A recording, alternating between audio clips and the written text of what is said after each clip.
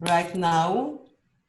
I am Eleni Fitoka. Most of you know me already from the Greek Biotope Wetland Centre. And on behalf of all project partners, I'm glad to welcome you to the Balkan-Mediterranean Wetland Living Lab. This Living Lab is part of a transnational project between Albania, Bulgaria, North Macedonia, and Greece, focusing on wetland ecosystems. The mapping and connectivity assessment of wetlands, actually, as you will see in the next lectures. The project, as you will hear often today, is funded by the INTERREG Balkan Med cooperation program. We are now in a time of 33 months of hard technical work. It is a great honor and pleasure for all project partners to demonstrate today the knowledge and services we have developed. With this opportunity, we would like to interact on a joint vision on priorities and with the overall scope to try to improve the effectiveness of conservation of wetland ecosystems. The plan, of course, was to have a technical living lab live. However, I'm sure that with the use of technology and our facilitator, Stella Varelgidou, and the enthusiasm of all of us, we will achieve an equally lively and productive meeting. At this point, I would like to invite representatives of national authorities who are with us today, of the involved countries. I will start with the host country, Greece, and then I will move alphabetically. So now I would like to ask Mr. Aravosis, the General Secretary of Nature and Waters of the Greek Ministry of Environment, to take the floor. Mr. Aravosis, good morning. The floor is yours.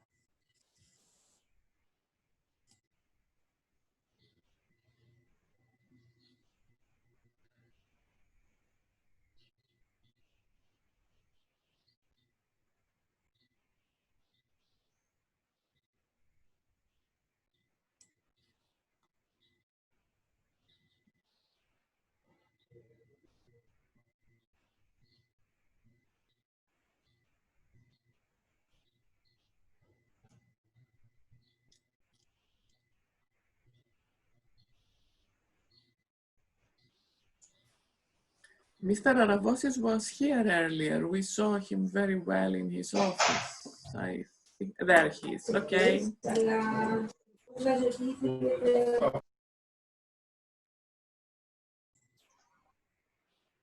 Mr. Aravosis, good morning. Yes, hello. Hello. Hi. It is a honor to open this living lab today, and the floor is yours. Okay, I'm very happy to be here, dear participants, ladies and gentlemen. It is indeed a pleasure to welcome you on behalf of our ministry, the Greek Ministry of Environment and Energy, in this living lab teleconference on the WetMainAreas project, improving the conservation effectiveness of wetlands, which has now come to an end.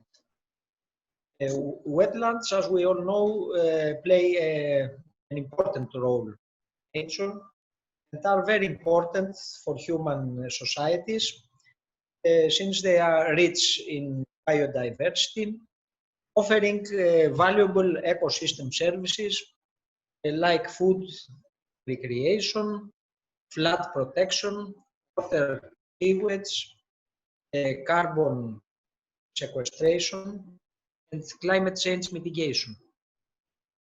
From the very beginning, back in the early 70s, when Greece officially joined Ramsar Convention, Greece has been in the forefront of wetland conservation and research, recognizing the importance of these unique segments. Most of our big wetlands were indeed in the Natura 2000 European network areas in the 90s, whereas the first inventory of important wetlands across the country was established in 1994 as a major project, a major work, the Greek Biotope-Wetland Centre, EKBY. And in addition, there is a new study founded by him, which was conducted in 2007 and resulted in a presidential degree for the ecological management of island wetlands 2012. This was nationally recognized as a pioneering wetland conservation initiative and the protection of inland wetlands was officially integrated as a resolution in the Ramsar Convention 2015 COP. More recently, MIN has enacted agreement on the protection and sustainable development PESPA park area of Greece, Albania, North Macedonia, and EU. This shows our strong intention to enforce transnational cooperation for an appropriate management of important wetlands shared by neighboring countries, Balkan area. Furthermore, we aim on fostering research on the wetlands, monitoring, protection, and possibly restoration using state-of-the-art technology like satellite, which will enable us to apply more effective adaptive management practices for wetland conservation.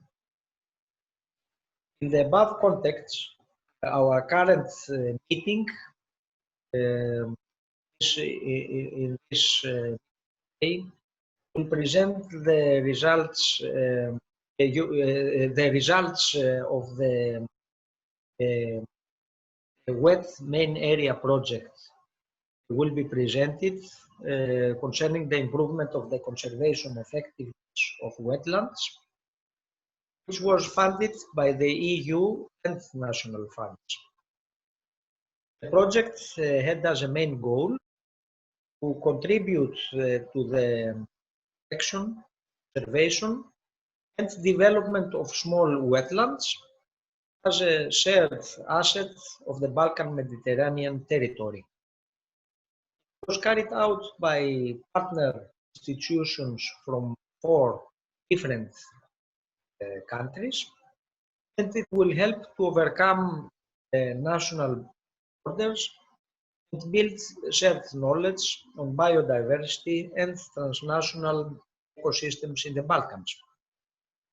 By mapping and assessing wetland ecosystems, this as a key landscape feature, analysis of their ecological activity with protected networks across the whole study area, the project results will assist the competent authorities to enforce national legislation with special focus on small wetlands outside protected areas, and it will enhance cooperation for transnational action, wetland, natural and cultural heritage.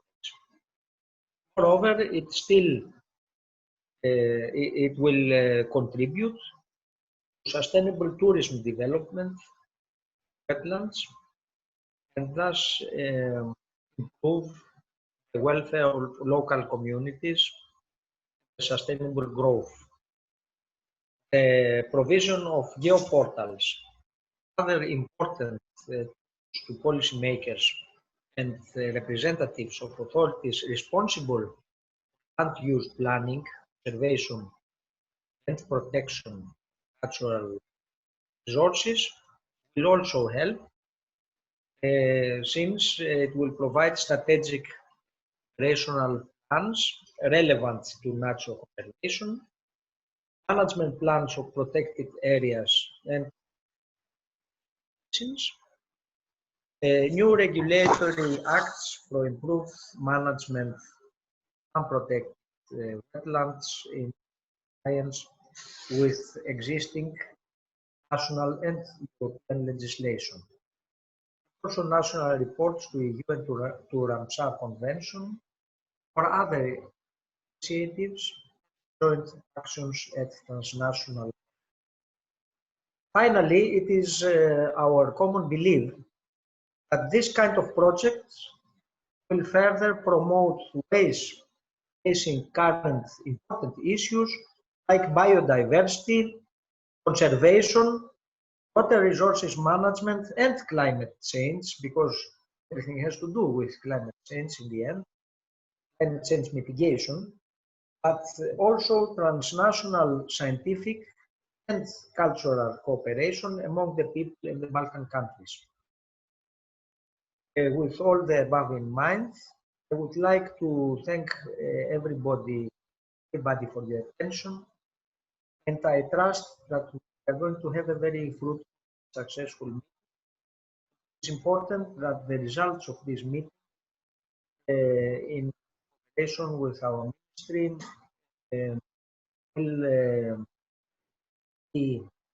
it will be available that for people talk about them. And the most important thing concerning projects, because I have a personal experience, is the exploitation results of it. This is very important. I'm sure and confident that the results of these projects will be very useful for the policies of our ministry. Thank you very much, Mr. Aravosis. Thank you for the nice speech, the welcome speech. You pointed out basic elements of our projects and the need to be integrated in policy making for improving conservation and protection.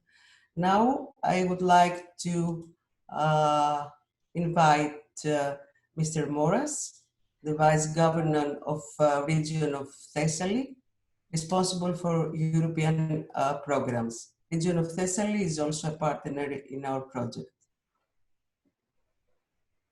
Mr. Moras, the floor is yours. Hello.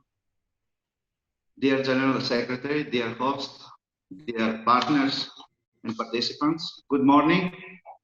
My name is Athanasios Moras. I'm the Vice Governor for European Programs of Region of Thessaly.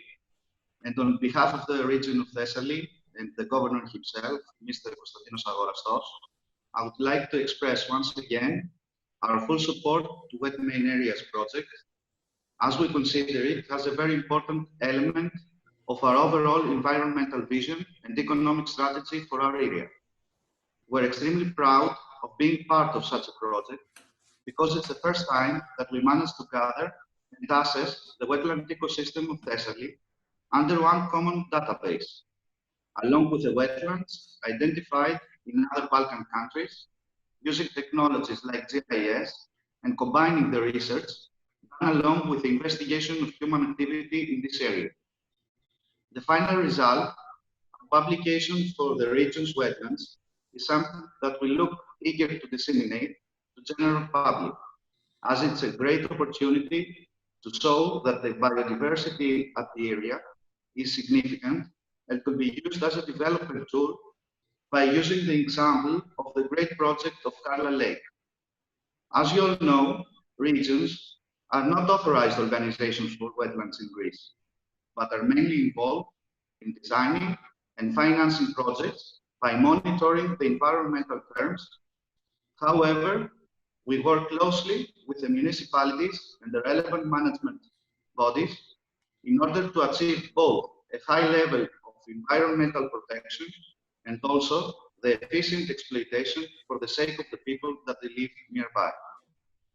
Finally, I would like to thank EKBY for hosting this webinar, as well as the project partnership, and especially the lead partner that managed to efficiently manage a project with many complexities in a friendly and helping environment of collaboration. Thank you and good luck with the webinar. Thank you very much.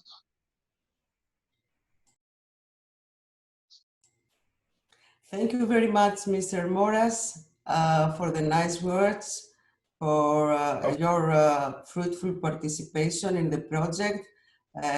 Thank you for adding this local dimension, which is an additional dimension and conservation and protection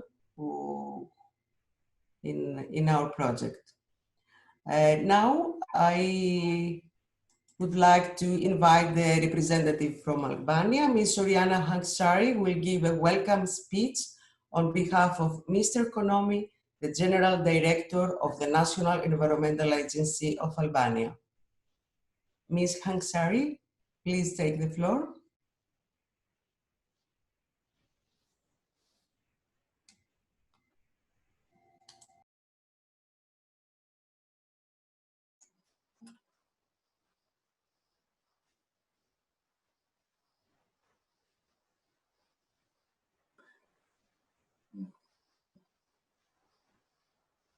Just to let you know that Ms. Hanksari informed us that she does not have a video, so she will only connect with the audio.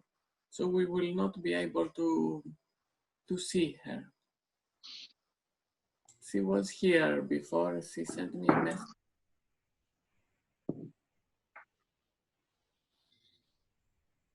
Okay, we are waiting a little bit.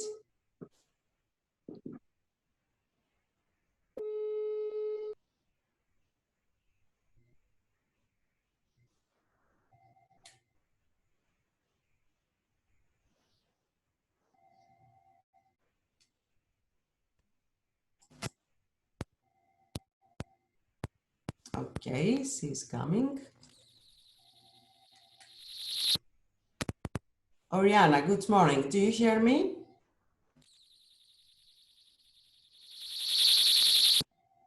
Lenny, I can hear you. Okay, excellent. I have just gave you the floor. We hear you well, yes. I have just informed our participants that you are going to give a welcome speech on behalf of Mr. Konomi, the General Director of the National Environmental Agency of Albania. Please go ahead. Oriana?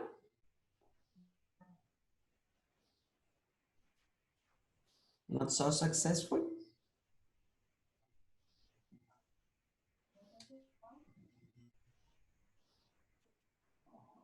Stelina, do you have any idea? Oriana, can you hear us? You are now unmuted. Hello?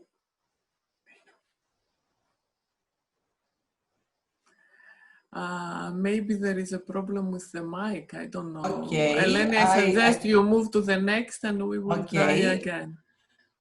I will send next. Message. I would like to ask the representative of Bulgaria, Mr. Marius Mladenov. Please take the floor.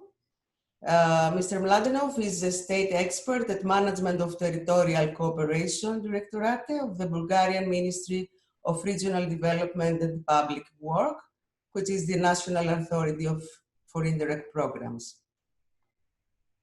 Morning from Sofia. Okay. Do you hear me? We hear you very well. Go ahead. Okay. As I'm working in my home office due to the COVID-19, So, dear participants in today's webinar, first of all, let me express my gratitude for inviting me to attend the Balkan-Mediterranean Wetland Living Lab, which is organized by the Greek Biotope Wetland Centre in the framework of the activities of the WetMainAreas project, co-financed by the Balkan Med program. Just to mention a few words about the program, I would like to express our satisfaction of the program, the financing absorption of the funds of the program, the results achieved so far, and to stress that the program generated enormous interest in all 5 states included in program eligible area, namely Albania, Bulgaria, Cyprus, Greece, and North Macedonia. More than 1,050 legal entities applied for funding under the call for proposals, which was the first one and the last one, due to the big interest and to the absorption of all available funds for this program, about 20 million euros. Overall, 384 proposals were submitted. In total, requested budget reached 400 millions. That means 20 times greater than the available program funds. However, at the end, 43 projects were approved for funding, and the WetMainAreas project was one of the 4 projects financed under the program, under priority axis environment and specific objective biodiversity. The project WetMainAreas demonstrated up to now potential to achieve the expected results and to face the challenges for communication in difficulties by the problems caused by the coronavirus 19. However, the partnership is how to say, the project in the partnership in the project is presented by different scientific institutions, municipalities, universities, and I'm sure and satisfied up to now, being part of the National Authority of Bulgaria, that the project will achieve the expected successful results, and the project partners will continue their cooperation even in the future. Thank you for inviting me, and wish you success for today's event. We thank you, Mr. Mladenov. We thank you very much, especially for reminding us that, yes, indeed, it was a very competitive call, and the WetMainAreas project was one of the 4 that finally funded. I hope, we all partners hope that by the end of the day, we will manage to show that with our results, it was a good choice to have this project funded. So now we continue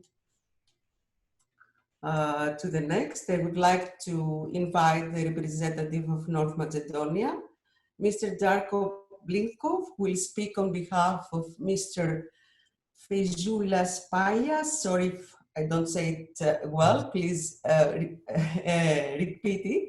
The head director of the State Environmental Inspectorate. Mr. Blinkov, please, the floor is open for you.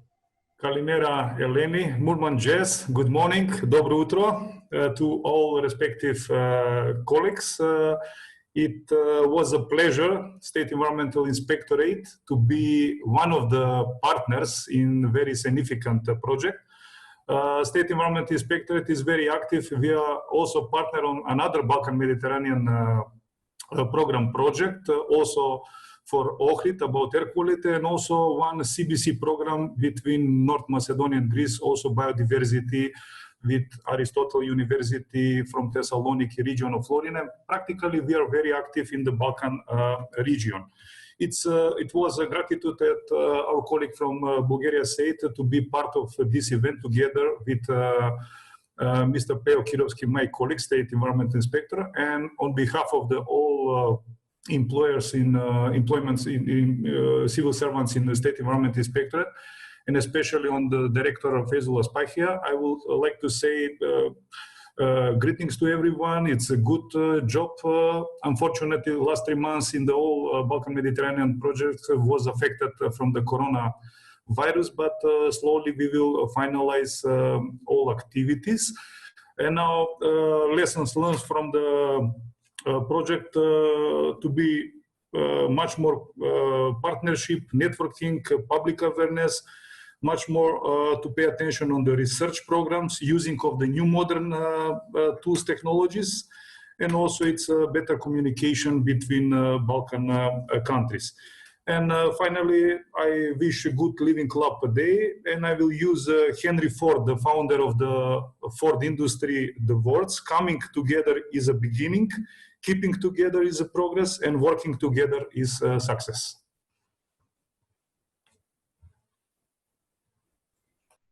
Thank you very much, Darko. Your final recent message is really nice and great. Could we try again, Stelina, with once more with Oriana? Yes, let's try. We need to give one more chance, I think, because it Oriana? was working before. Do you hear us? Can you connect?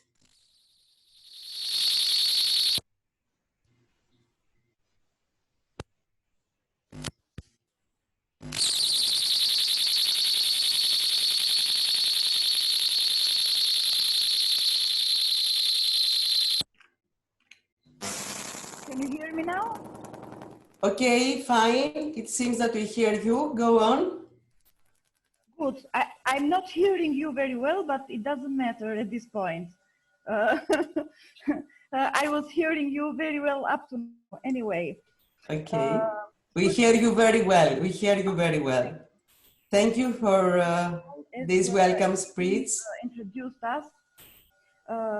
On behalf of our General Director, Mr. Edison Konomi, I would like to, first of all, to apologize because he had to run to the ministry and it was not possible for him to be here with us at the opening of this living lab. Second, I would like very honestly to give a big thank you to all the partners of WetMainAreas, beginning from our lead partner, University of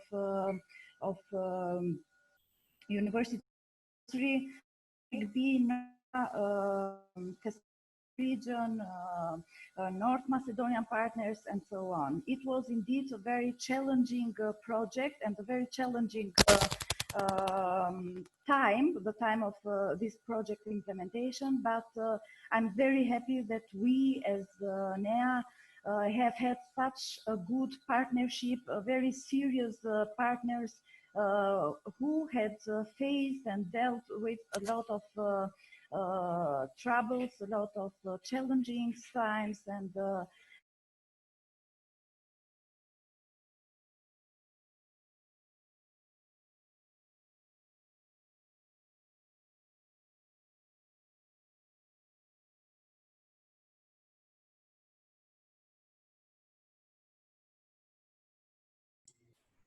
Okay, I think that... Just a moment, because he seems to be muted. yes, yes. Okay, don't mute yourself, please. Yes, are you hearing me now? Yes, yes, okay. Go on. And I was saying that WetMainAreas has been a very challenging project, and you know it. But finally, we did it, and we are up to the end of the project. I'm pretty sure that this project is a very good example of sustainability, which means that the profit and output that we will get from the project will be a very good basis for the further work of our institutions, at not only at country level, but also at in all the INTERREG Balkan Med area. We are very glad that after more than 10, 15 years, we will have a national database, a common with other 5 countries on the wetlands, and this is really a very, very important output of the project. The project output we consider as very important, not only for the activities in the frame of the project and in the frame of the work of the agency, but more wider. They will be an important contributor also for the other institutions, research institutions at country level, and especially for policy makers. We as NEA, as you might know, are dealing with activities related with environmental monitoring, with the management of environmental database, national environmental database on some components. One of them is biodiversity component, and the result of this project will be a very useful and interesting basis and relevant basis for the speeding up of this environmental information system, and which will be used further on for further assessment and analysis in the frame of state of environmental reports. And this is really very important. I would very much appreciate also the partnership raised in the frame of the project. There is a very strong and efficient cooperation among them, which can be used in the future as well for further collaboration, cooperation, and sharing of data and information among us. One of the main values of WetMainAreas is the fact that for each of the main activities of the project, the approach behind is the integration of more than usual indicators that we daily use in our work. The studies and activities of the project have been really very complex and well integrated, which makes it really priceless, coherent with the current European environmental policy, and brings it to very closer to the policy implementation challenges that we, at least our country, have to face and to deal with.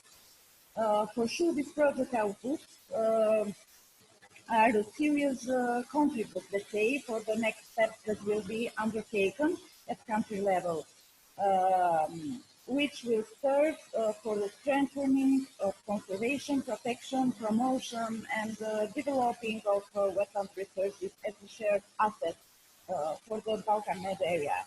We as NEA will make impossible, let's say, to deliver and to promote a maximum use of output of the project at country level by disseminating and by getting use of it. I'm very thankful to all of our partners, because we know very well how difficult it was, the implementation of the project, but I'm happy that with the right spirit, I think we did with your help. I mean, thank you very much, and I'm sorry again for the technical issues here. Thank you.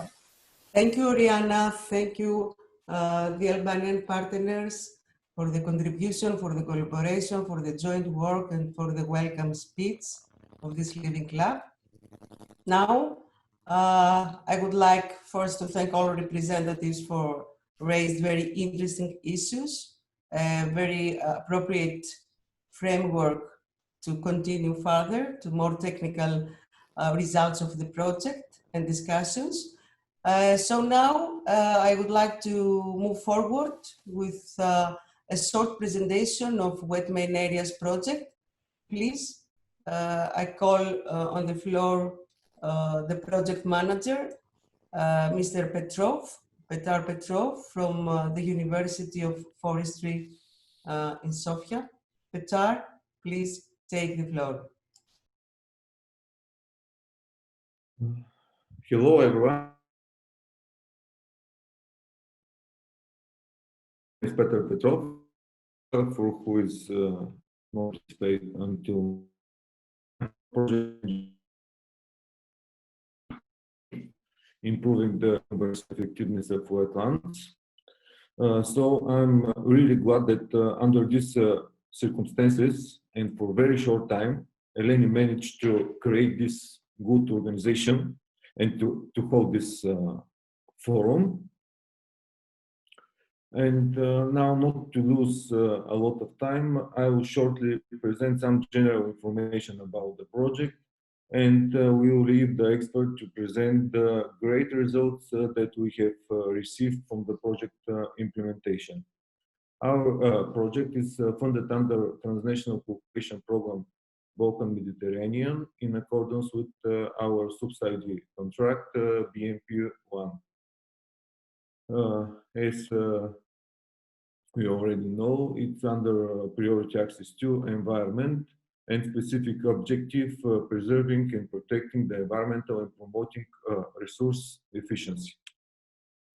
The total budget of project is €1,159,000. It's both national contribution and national public funding and EU support. The partnership consists of 8 partners and 2 observer partners from Bulgaria, Greece, Albania, North Macedonia, and we don't have a partner from Cyprus, but we work on the territory of Cyprus. The project objective is sustainable conservation and development of wetland within the Balkan Med territory. We cover the territory of Bulgaria, Greece, Albania, North Macedonia, and Cyprus.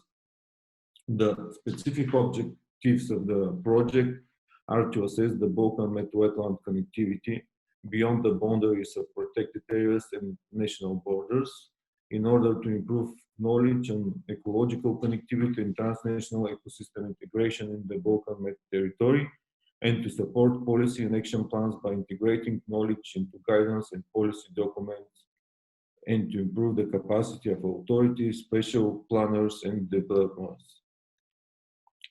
The project area covers over 3,500,000 hectares, and include the territories of the all of the 5th country included in the project, and as well in the WetMainAreas project are included 4 pilot demonstration sites where we are going to present a good management practice, and we'll show the approach for conservation of the wetlands in the context of good practices. The first pilot site is Nestus River Basin. We can see the picture and the map of the pilot site. The second pilot site is EOS Vjosa River Basin. The third pilot site is Axios Vardar River. And the 4th pilot site is the whole region of Thessaly. So in short, that is the scope of our project, and thank you for your attention. I will not lose a lot of time, and we will leave the other expert to present the results from the project. So that was for my side. Thank you very much, and thank you again, Eleni, for the organization.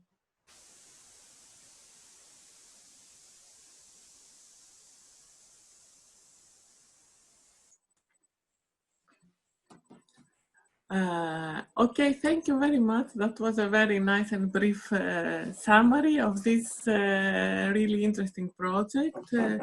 My name is Stella Farelzidou. I will be your facilitator for today. I think you are all at the moment quite familiar with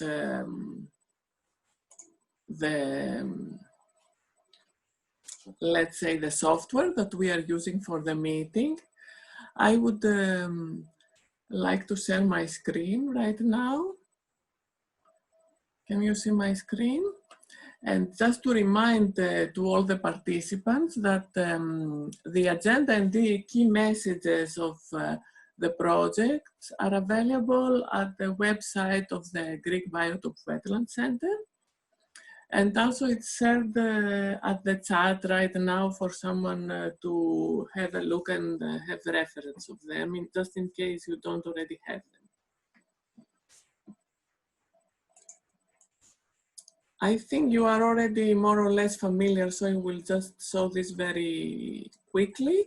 You have already found the unmute and mute button and how to enable and disable your camera.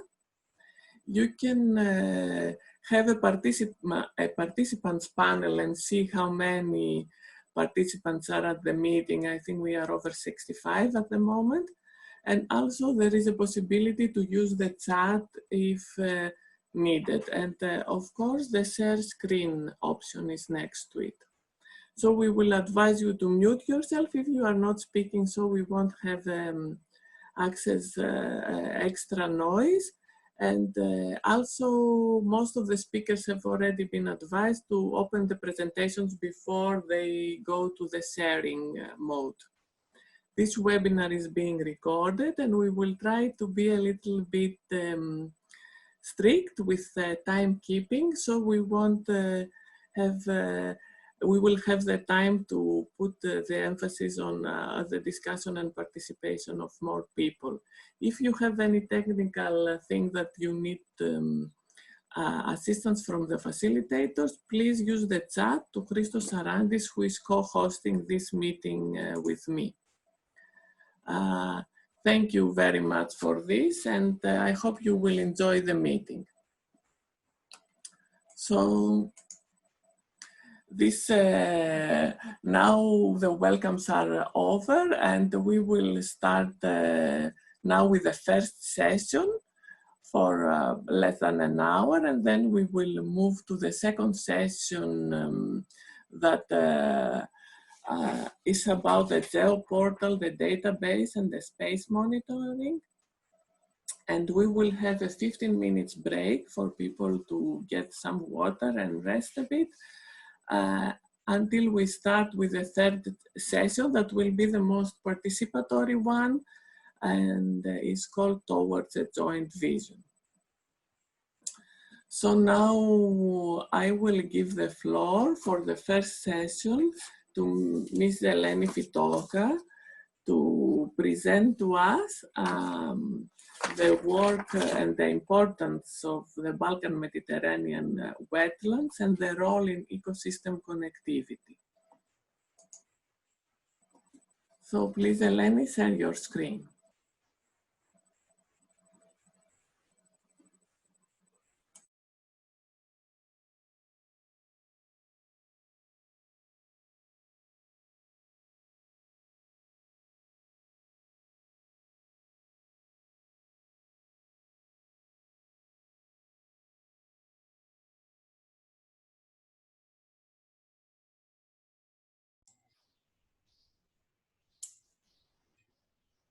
Is it okay? Do you see the screen?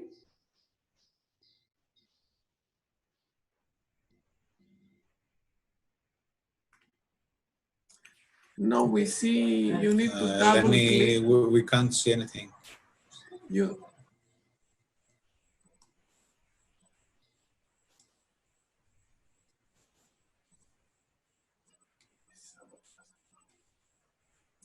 Eleni?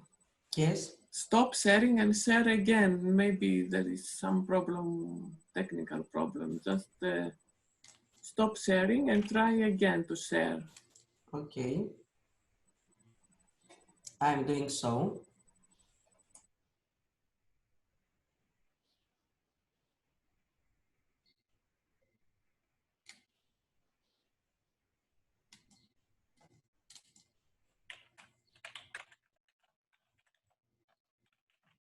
You can see your presentation in your screen. Yes. Okay, I repeat now again. And you have to press share again. Yeah, So you but select the screen and press share but again. it works now. Stop share. And see, it asked me to close the program. The Zoom meetings is not responding, so sorry, you have to wait to close and get in again, okay? Okay, this is fine, because unfortunately this is the problem with these virtual meetings. We need to be a little patient.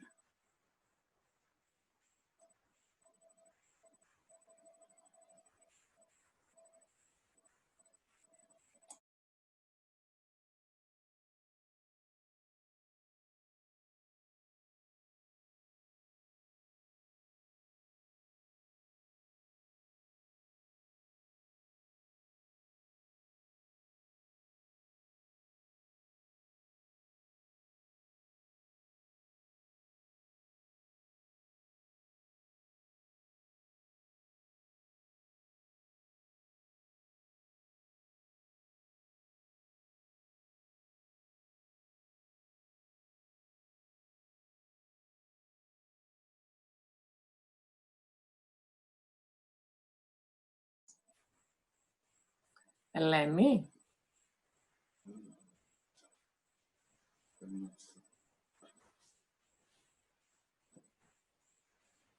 Πού το βλέπω?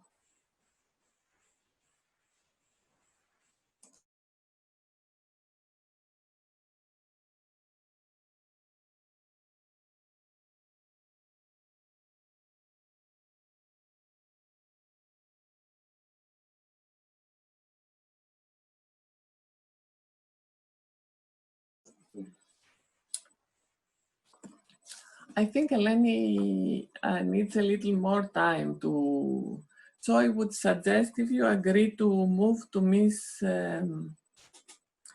Ilinka Terziska from Southwest University, Faculty of Economics from Blagoevgrad, Bulgaria,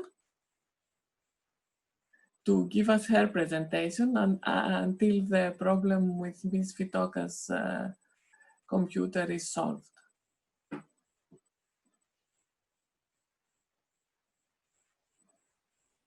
Okay. Thank you. Are you ready to share your screen? So I just decided, can you see me? Because I don't see my video. I mean, I've enabled video sharing, but I... Yes, we can see you very well. Okay, because I don't. So I've decided not to share the presentation because maybe this could cause problems again, because I saw that even with the first presentation that was shared, the one of Mr. Petrov, okay, now I can see myself too. There's some problem. So I will just talk for a few minutes because the presentation was anyway quite short. So what I'm going to present and what I'm going to talk about now is the more touristic aspects of the project activities that are connected with the role and the contribution of tourism to the conservation of wet main areas. So what we have completed so far is the tourist guidebook, and again, I'm not sure if this is it. And its title is Bridging Wetlands, Natural and Cultural Heritage. We've prepared this with the contribution of partners from all countries that are included in the project. The aim of this guidebook is to foster and to assist sustainable tourism development, and its focus is mainly on integrating cultural and natural heritage, and thus creating a more complete picture and a more complete image of the 4 pilot areas. The structure of this guidebook is the following. It starts with a brief presentation of the project. Then there is some information on wetlands with a focus on wetlands in Southeastern Europe, where where the countries included in the project are situated. And then there is a presentation of each of the 4 pilot areas, and we present the natural heritage, the cultural heritage in a more general pattern, and then there are 5 landmark tourist sites from pilot areas. There is some additional information which includes useful links to, let's say, visitor centers and tourist information centers and some websites, and also instructions how to get to each of these. So what is to follow this is a scientific study, which is a cultural heritage study. While the tourist guidebook is oriented mainly to tourists, to a broad audience, then the cultural heritage study will be more oriented towards policymakers and towards researchers. And in this study, we'll also propose some thematic routes, tourist routes, which again will integrate cultural and natural heritage. And these will be, of course, cross-border ones to join, to integrate all this heritage in the different countries. So that's in brief the contribution of Partner 3 and the tourism aspect of this project. Okay.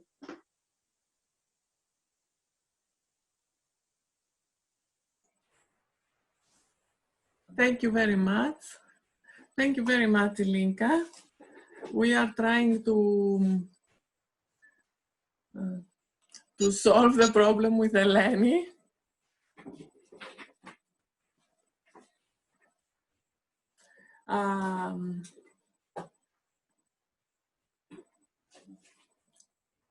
Just give us a few moments, and I think she's ready to share her screen. She's already sharing.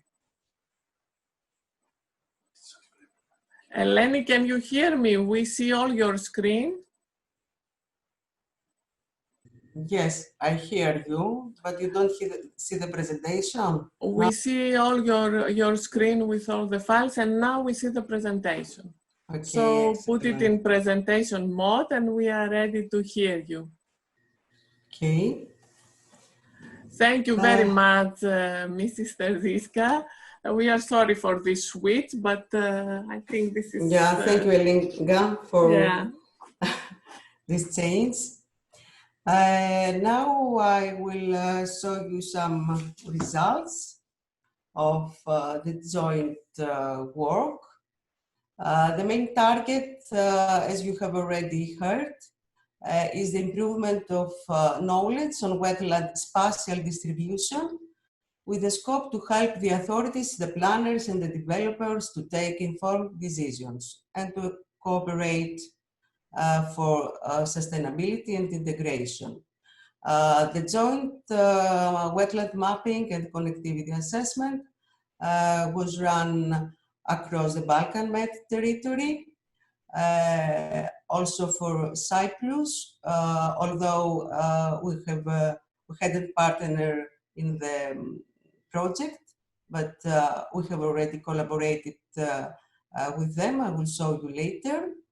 I have to say that the methodological approaches that we followed in this INTERREG project derives from a research horizon project, the satellite-based wetland observation service, in which EKBY was participated before, as well as we followed the MedWet inventory standards. MedWet is the first regional initiative of the Ramsar Convention for wetlands in Mediterranean, active from early 90s time. Why mapping Balkan-Mediterranean wetlands? Because as we said, the lack of knowledge and the lack of informed decisions can lead to inadequate conservation and protection measures. Before the project, there was no territorial overview of their location and extent. Data were in non-compatible format, and data often were not easily accessible.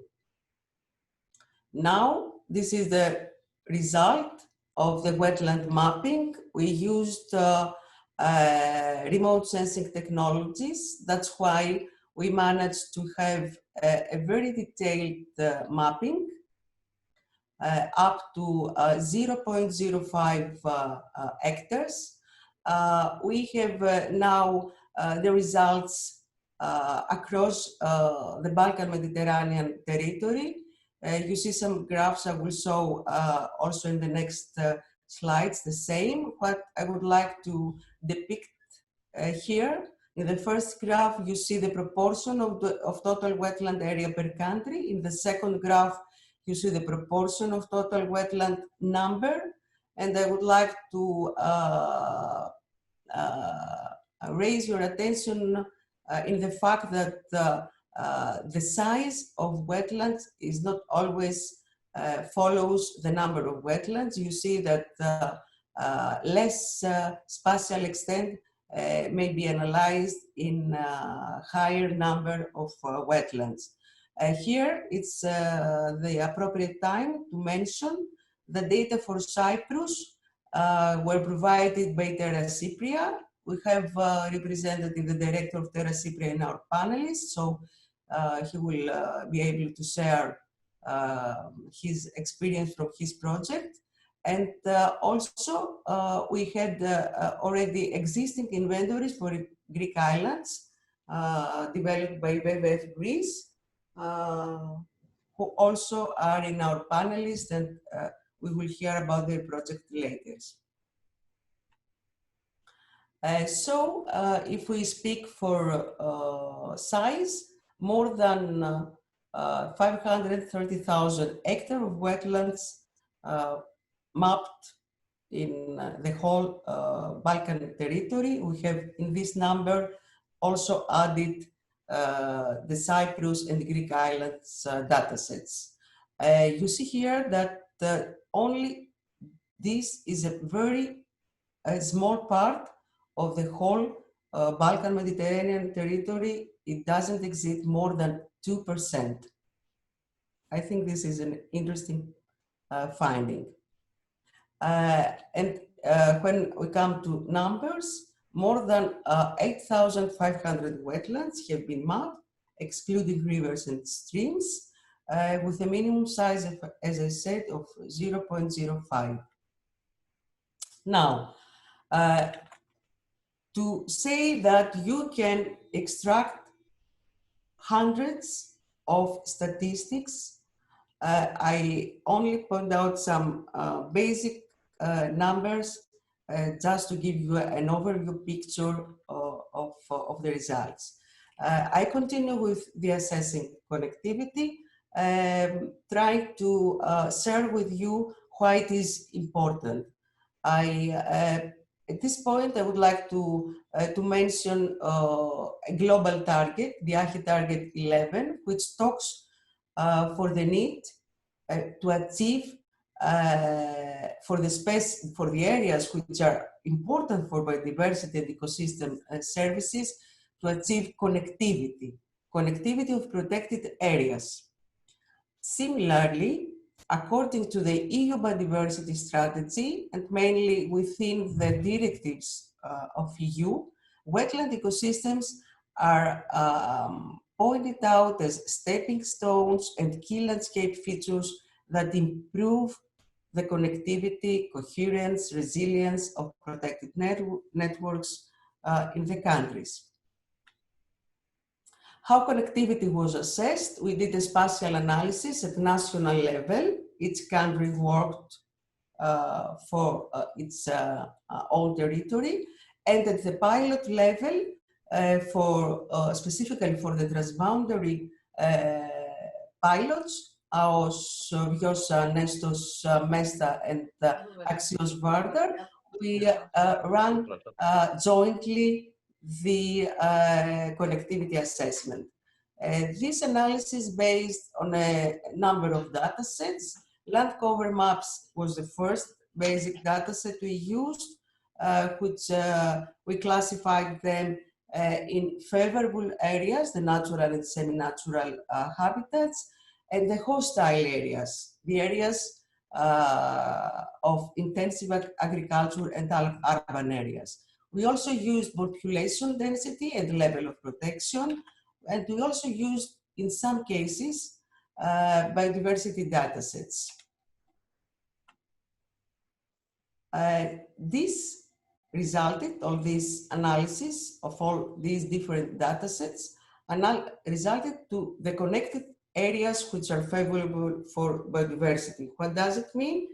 This means that the areas that you will show next, in my next slides, these areas are dominated by natural and semi-natural habitats.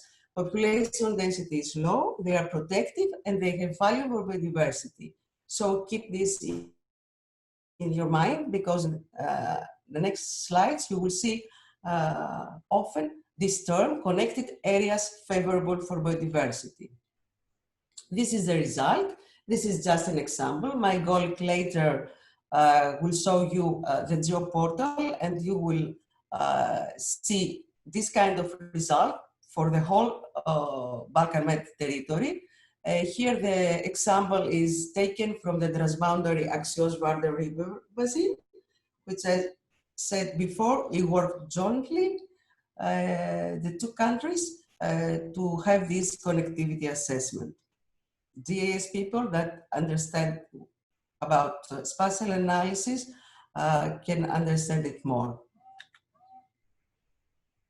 And now I will try to show you, based on the results, what are the messages that policymakers, authorities, users, scientists can have out of this plethora of information for assessing wetlands' role in ecosystem connectivity.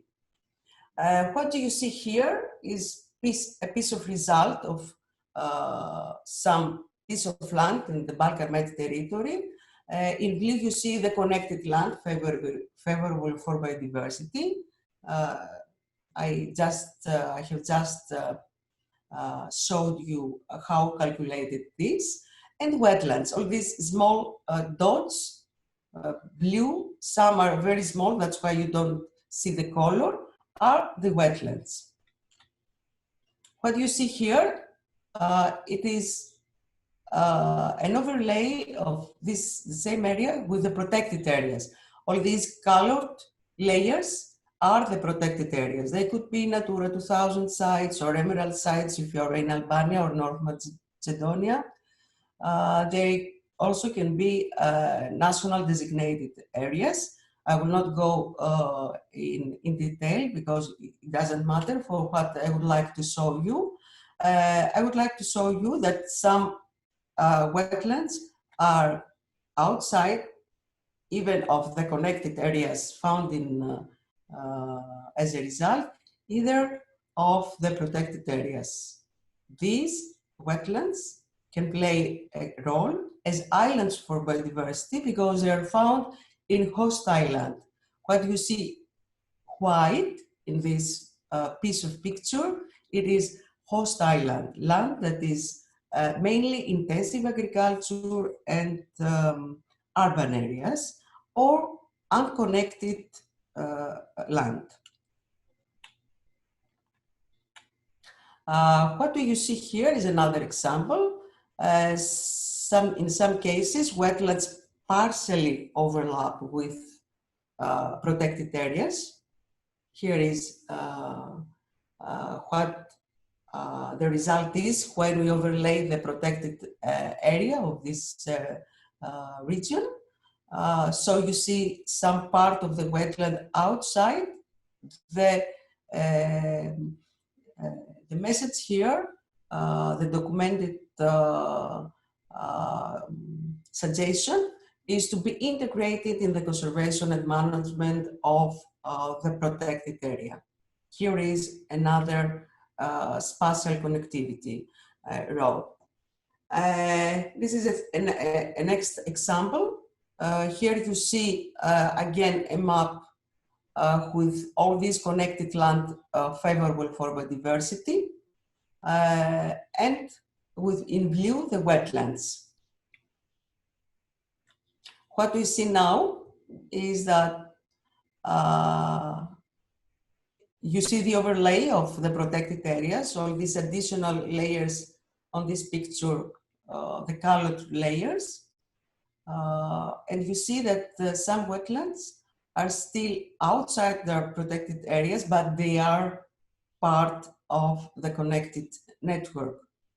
And the suggestion here is to be conserved as corridors. This is my last slide. A positive result, and I choose to show you this graph as a positive result for policy making. You see the total wetland area and the wetland area in brown, which is outside either national designated areas, Natura 2000 sites, emerald sites in case of Albania and North Macedonia.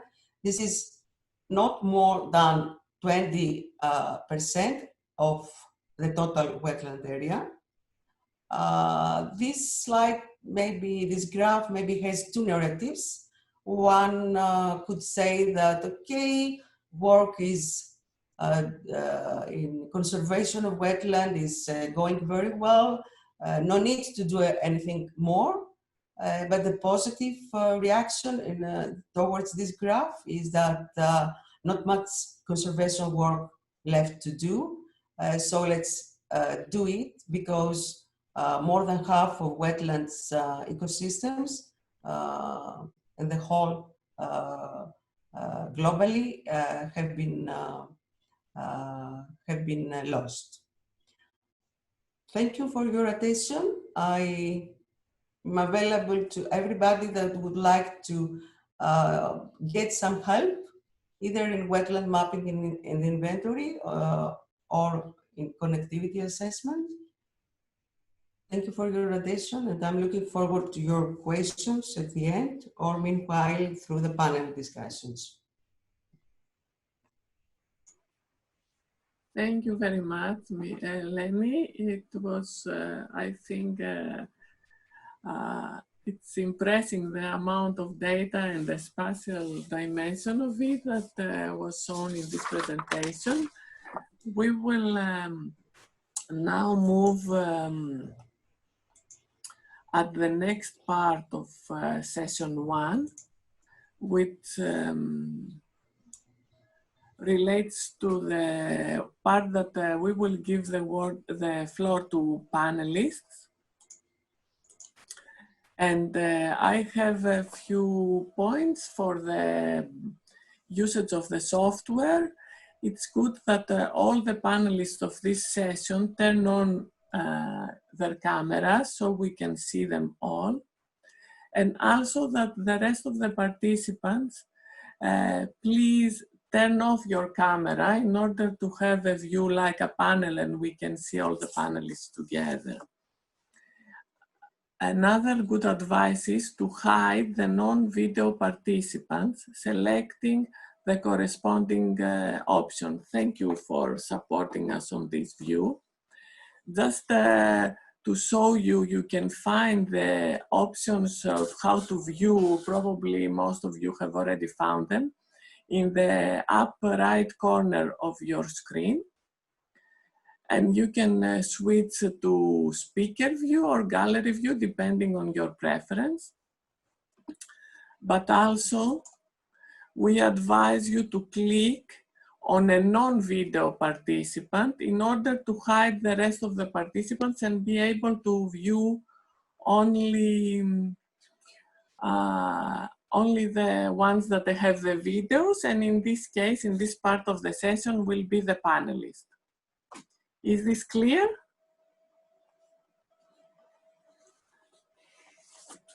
I hope this is clear.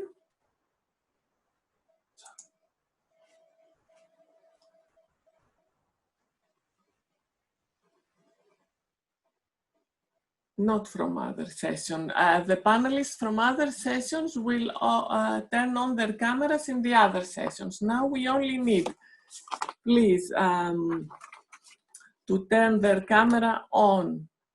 Mr. Edison Konomi, Miss Eileen Hassan, Mr. Mitsopoulos, Miss Papadimopoulou, and Mr. Dako Blinkov.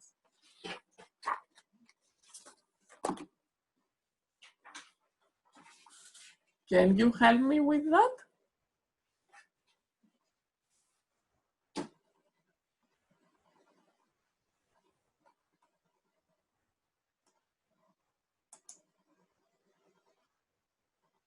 Hello?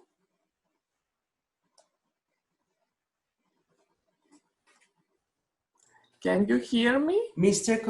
Stelina, Yeah. but Mr. Konomi is the director of NEA in Albania. Oriana, I think, told us that He's he's not coming. able, but I don't know if Oriana wants to try again. Is he in or not? She's in, yes. Okay. So, Oriana, could you tell us if you She will doesn't have the participate? camera. Doesn't matter. Oriana, can you respond to this question?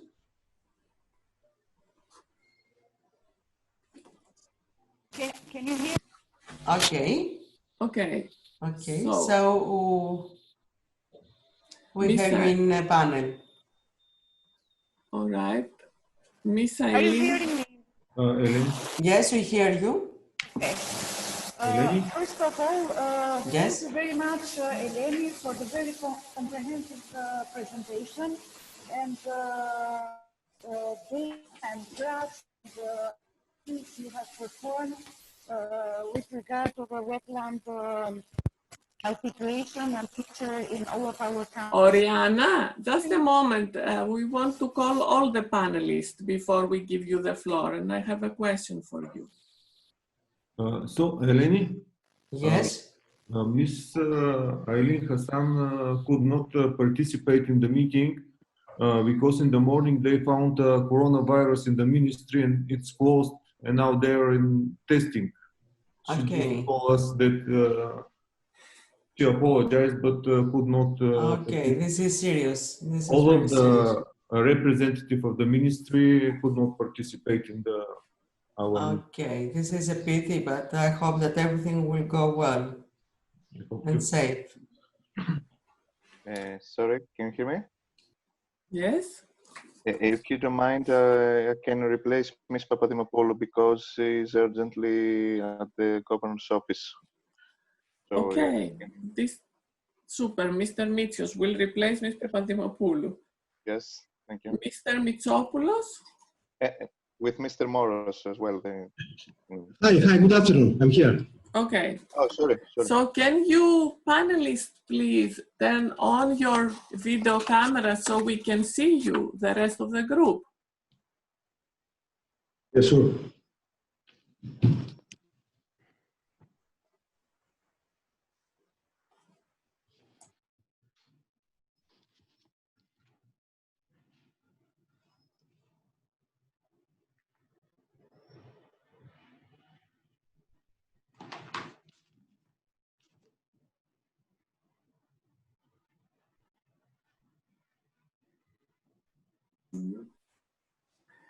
All right. If you want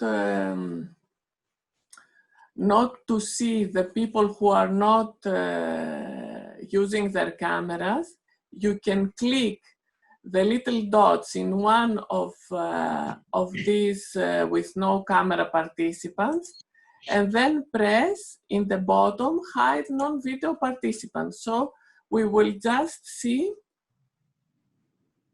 the people who have their video,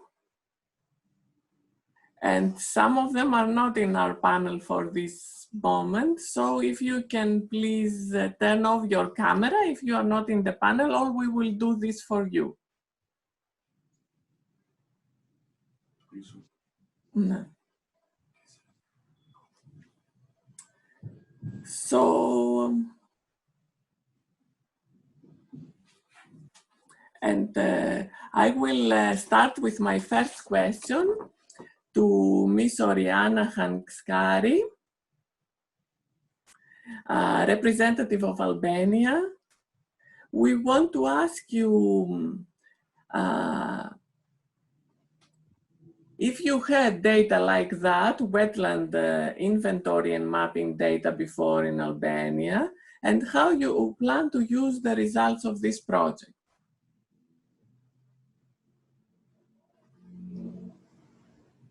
The floor is yours, Oriana.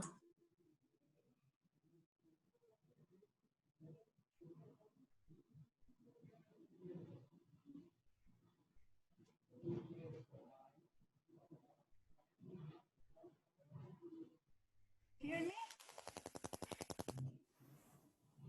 Can you hear me? I hear you, Oriana. Okay. This is a... Good. I hope all the others can hear me. Thank you very much.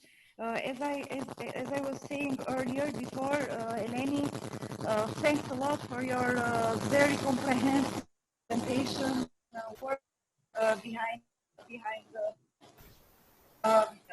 there are inside your study performed indeed very useful data regarding the national situation in all of our countries, but of course in Albania. These data are indeed very, very relevant for the, as I mentioned before, for our institutions and extremely important for the policymakers. There are some data that impressed me, like, for example, 10% of territory of Albania is the proportion of the wetland areas in Albania. And in the meantime, the key objectives are to go at least at 60%, 17%, sorry. So this is a clear objective of where and of where we want to be. And this can be a clear advice for our ministry. We have lucky that we are under the Ministry of Environment, which is the main policy makers, regarding the biodiversity, protected areas, wetlands including. Of course, the result of this study will be used in premise by the National Environmental Agency for the work that that the institution performs every year in the frame of a state of environmental report based on the monitoring of data and assessments made on that, and incorporate at the respective chapters related to biodiversity, protected areas. But in the meantime, we'll try to, I don't know if you know, but the state of environment, one of the main purposes, not only to show to the policymakers and to publish the result of the environmental monitoring indicators at country level, but also to give advices to the policymakers. So this is a strong instrument that the agency has to ask and to put attention of all the institutions. The data of the project will, of course, be shared, of course, with the ministry, with the National Agency of Protected Areas for further elaboration and work based on this result, by showing the main to them the key messages and the results. Some of them are part of the presentation we have just seen, and to show where we are and where we want to go and what is needed to be done in the future. And we have, and this is very challenging process, because up to now, the WetMainAreas haven't been addressed by the national legislation as acquis legislation, directly addressed to the WetMainAreas. but they have seen as a part of national parks and so on. Much more attention should be paid to the drafting of the right legal framework, first of all. Up to now, as I mentioned earlier, we didn't... Oriana, sorry to interrupt. Yes, your yes. noise is really not very good, so please, if you can summarize and conclude, please. Are you hearing me? Yes, but in not a very nice sound with a lot of problems. So just give us your last sentence, please. Thank you very much. Yes, I was saying my last my last sentence was this, that Eleni knows very well which was the last national inventory of on wetlands for Albania, as she has been working years ago. But this last product we have now is very reflects the current situation, reflects the dynamics behind happens during all these years, and it's a very Oriana, it's impossible to hear you because it's really horrible, like a helicopter is landing next to you. So just if you want to say something more, write it in the chat for everyone. And thank you very much for your effort to contribute in this meeting. Thank you very much. I will now move to the next panelist, Mr. Mitsopoulos from the Ministry of Environment and Energy in Greece, the Biodiversity Department. And we would like to ask you, Mr. Mitsopoulos, how Greece is planning and the ministry to use the results, and if you are considering to integrate those data in the management of Natura 2000 sites that we know you are preparing at the moment, and if there is any other priorities you can share with us from new regulatory acts, for example. Thank you very much. The floor is yours.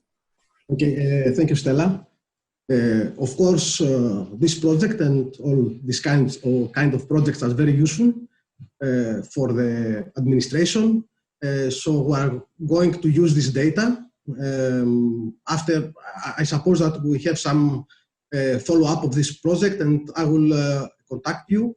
And our intention is to deliver this data to the beneficiaries of the project, which is currently running, about drafting management plans and residential degrees for all Natura 2000 sites in Greece.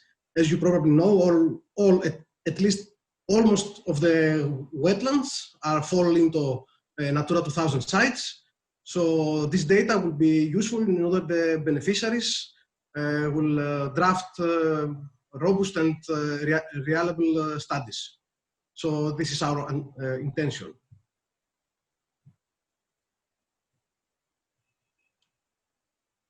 Very well. Thank you very much. I would like to add something. Of course.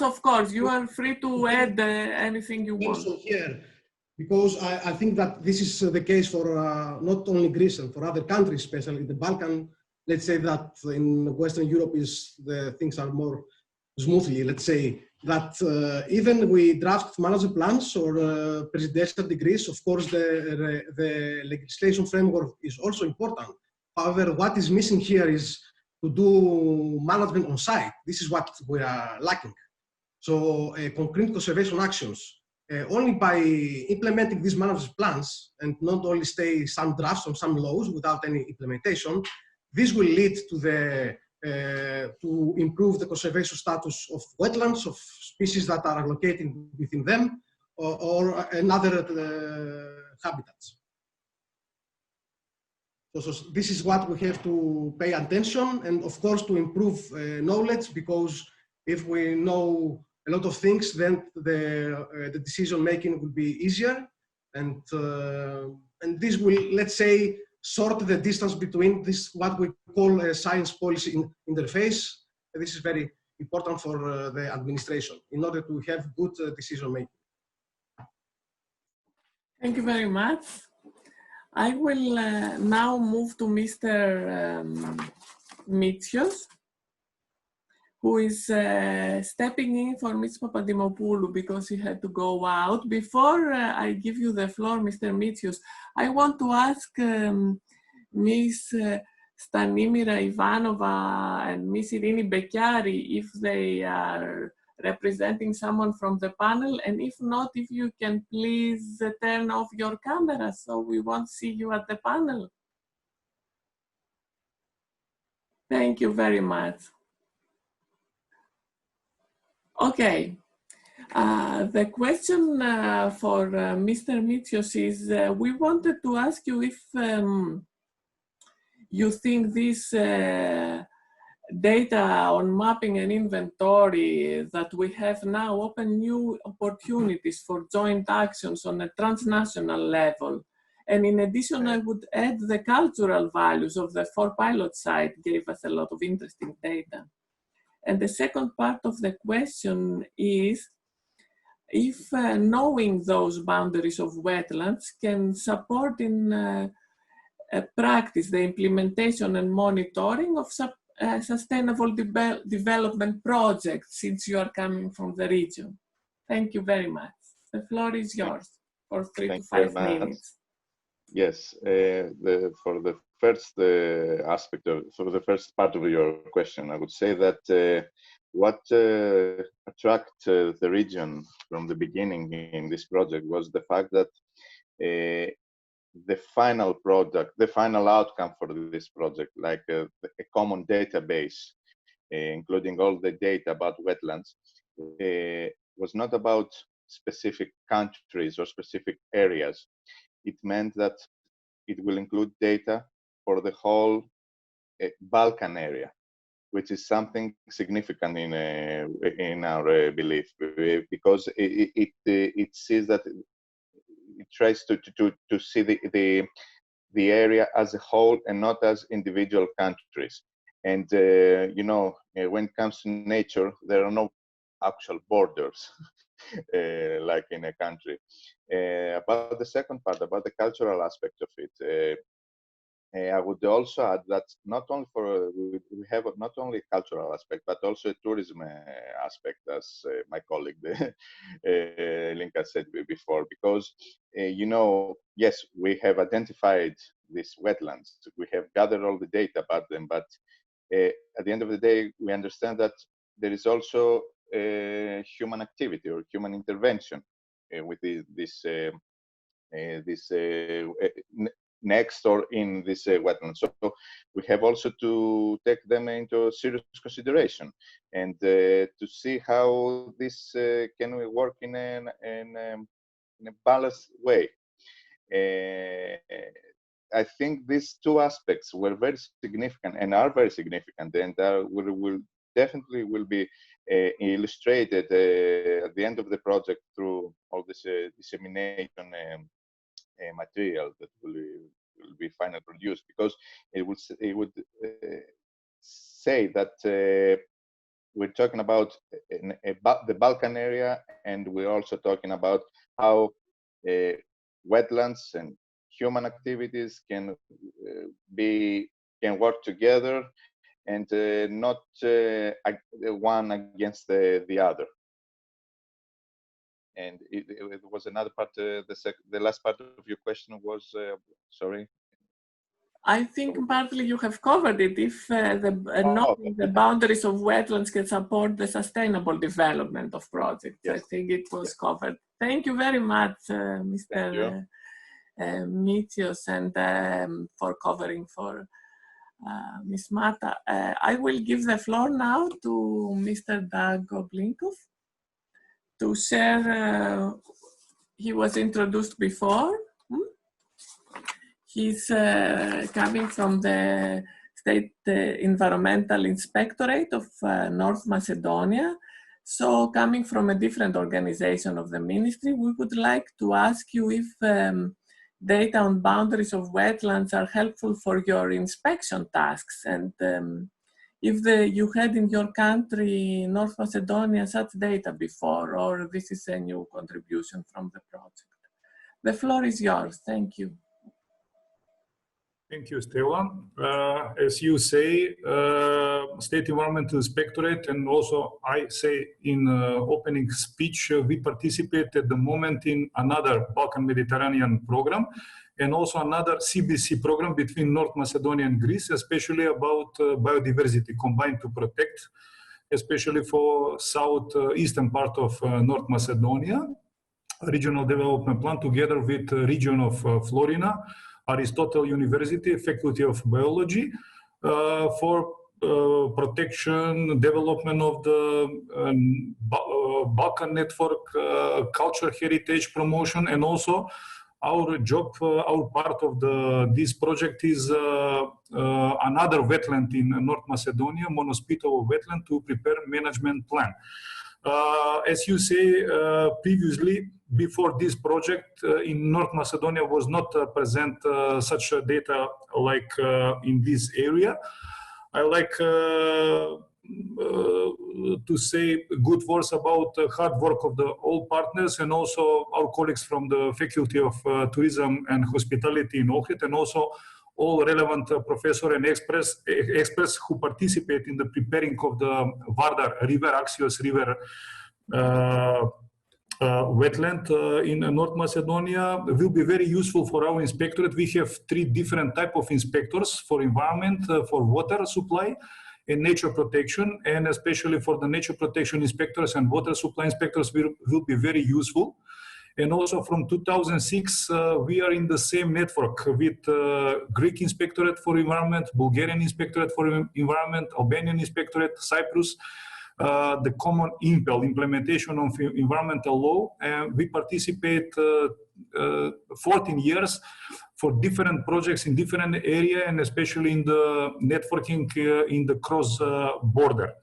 Also, we will disseminate this data from the significant project WetMainAreas to the all stakeholders. And practically with the new pandemic situation, we pay attention in the future for using of the much more new tools like satellite images, Copernicus, Sentinel, preparing of some another tools, webinars, etc., and much more spent in the nature, much more of our time. Also, we will establish regional platform, especially for the policy makers. We have good cooperation with our ministry, State Environmental Inspectorate, and all state inspectorates in North Macedonia are part of the ministries, but like independent bodies, but we cooperate very, very close. We expect in June a new methodology for the negotiation, and till end of this year, we expect finally date for negotiation, and also we expect a new parliamentary elections, but in every case, environment and nature protection and water supply is the top priority of the country, because also green movement, NGOs, and the pressure on the governmental and central authorities, central and local authorities, local level authorities are big to make a promotion of the protection area. And 2 weeks ago, Macedonian government proclaimed a procedure for another 2 protected areas, and practically to increase the number of percentage of the protected areas in North Macedonia. Is the total at the moment is 86 sites. 2 years ago, we finalized Natura 2000 project. We define 9 potential Natura 2000 sites, and also all wetlands areas in North Macedonia will be incorporated in the Natura 2000 sites, and practically will be good synergies. And also we receive from the IPA 2 program 120 million euros for environmental sectors for 6-7 years, and half of the total amount is just for the water issues, especially protected areas, infrastructure, etc. Also, we have a national strategy for nature protection till 2027. Also, biodiversity strategy till 2023. And practically, we are much more focused in the inspectorate and also with the academic society, also with NGOs to promote tourism, culture, heritage, and also to work on the biodiversity and wetland areas in the near future. Very interesting, and I think very promising, and the excitement that you say all this is really, I think, makes happy all of us, and especially the people of the project that have produced all this data. Thank you very much, Mr. Blinkov. And now I would like to move to the next session to give the floor to Ms. Ifigenia Keramitoglou, but just a minute. I will share my screen for a minute. Stella, do you want me to? Okay. And just give me a minute Sure. to.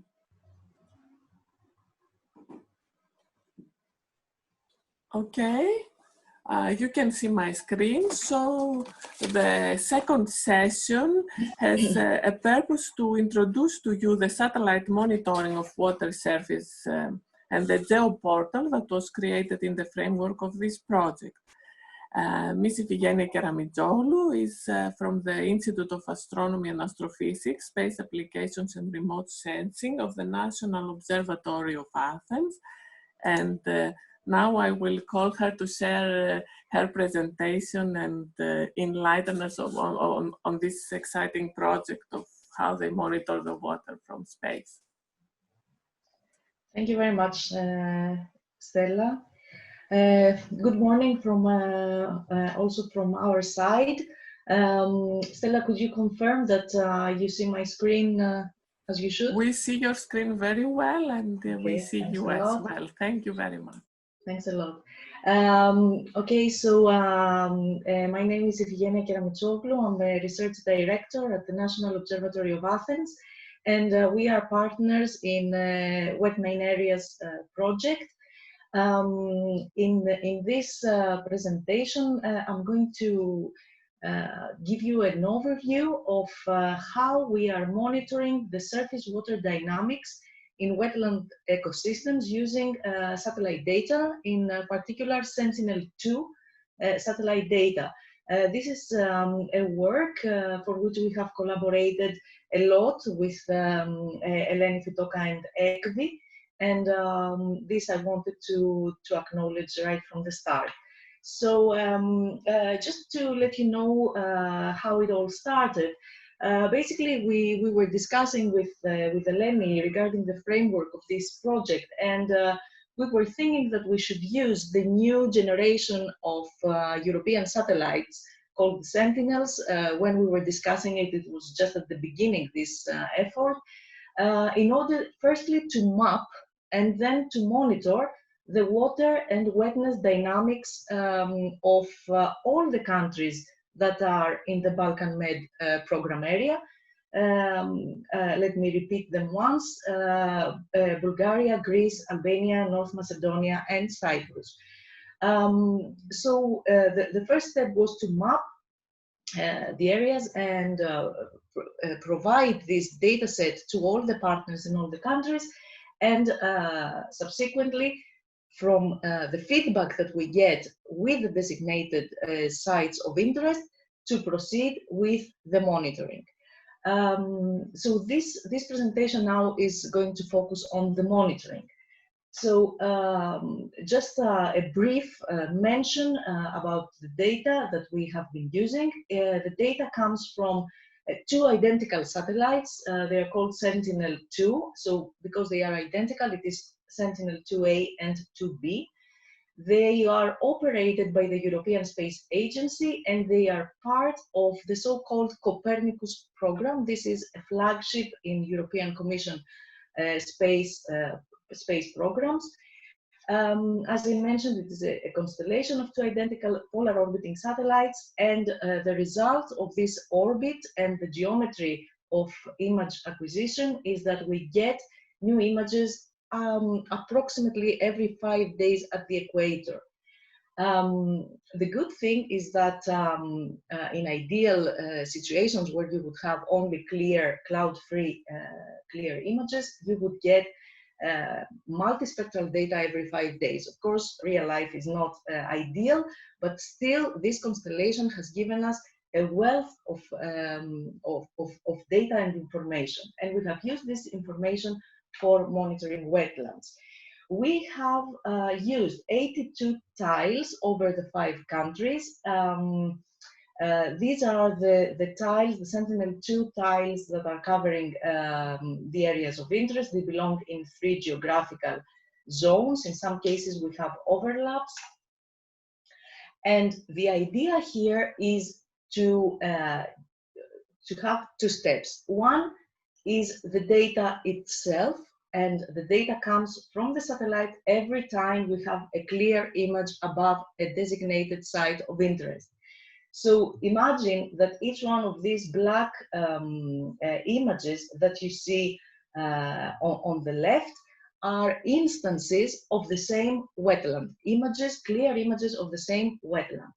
So this has an information in itself. It shows what is the status of water and wetness in this wetland at this particular time when the image was acquired.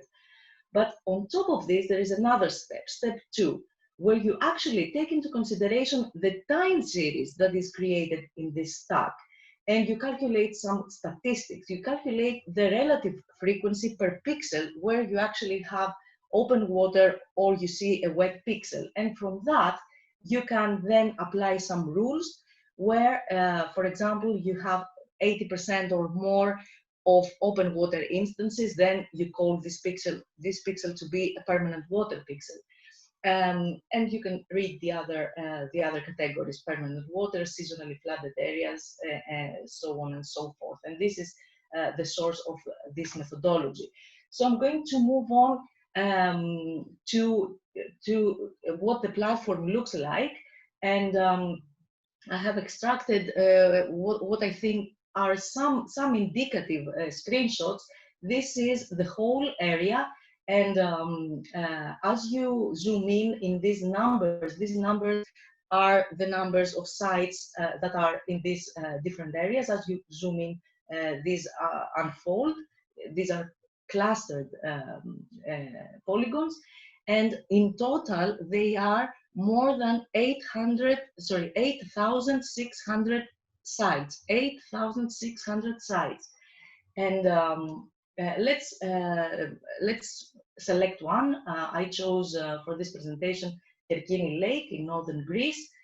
So once you click it in the portal, then you see the code and its name.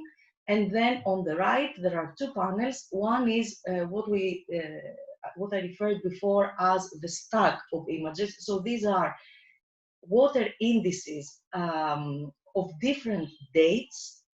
And you can scroll up and down and you will see all the images. This is not shown in this plot. And this is the statistical overview with the legend that I showed you before.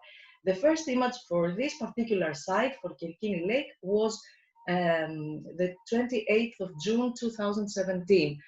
And the last one, I'm talking about the portal now, the last one, the most recent one, is the 13th of April 2020. This is a few days ago. If you notice the water index in these little images that you see here, you will notice that, of course, there are many differences between different dates. This has to do with the seasonality and the dynamic nature, of course, of water presence. For this particular case, we had 30 clear instances, so 30 images like this one. In total, on average, we have something like 42 clear instances per polygon. So in other cases, it's more, in other, it's less. The good thing is that you can actually click on these images and then you can download the files in GeoTIFF format. So it is actually the data itself, not only the overview that I'm showing now. And you can save it and use it in your own GIS. You can use it for further analysis. And in any other way you want to analyze it. This is a zoom of the total area. This is the whole site of Lake Kerkini with permanent water, seasonally flooded areas, and all that.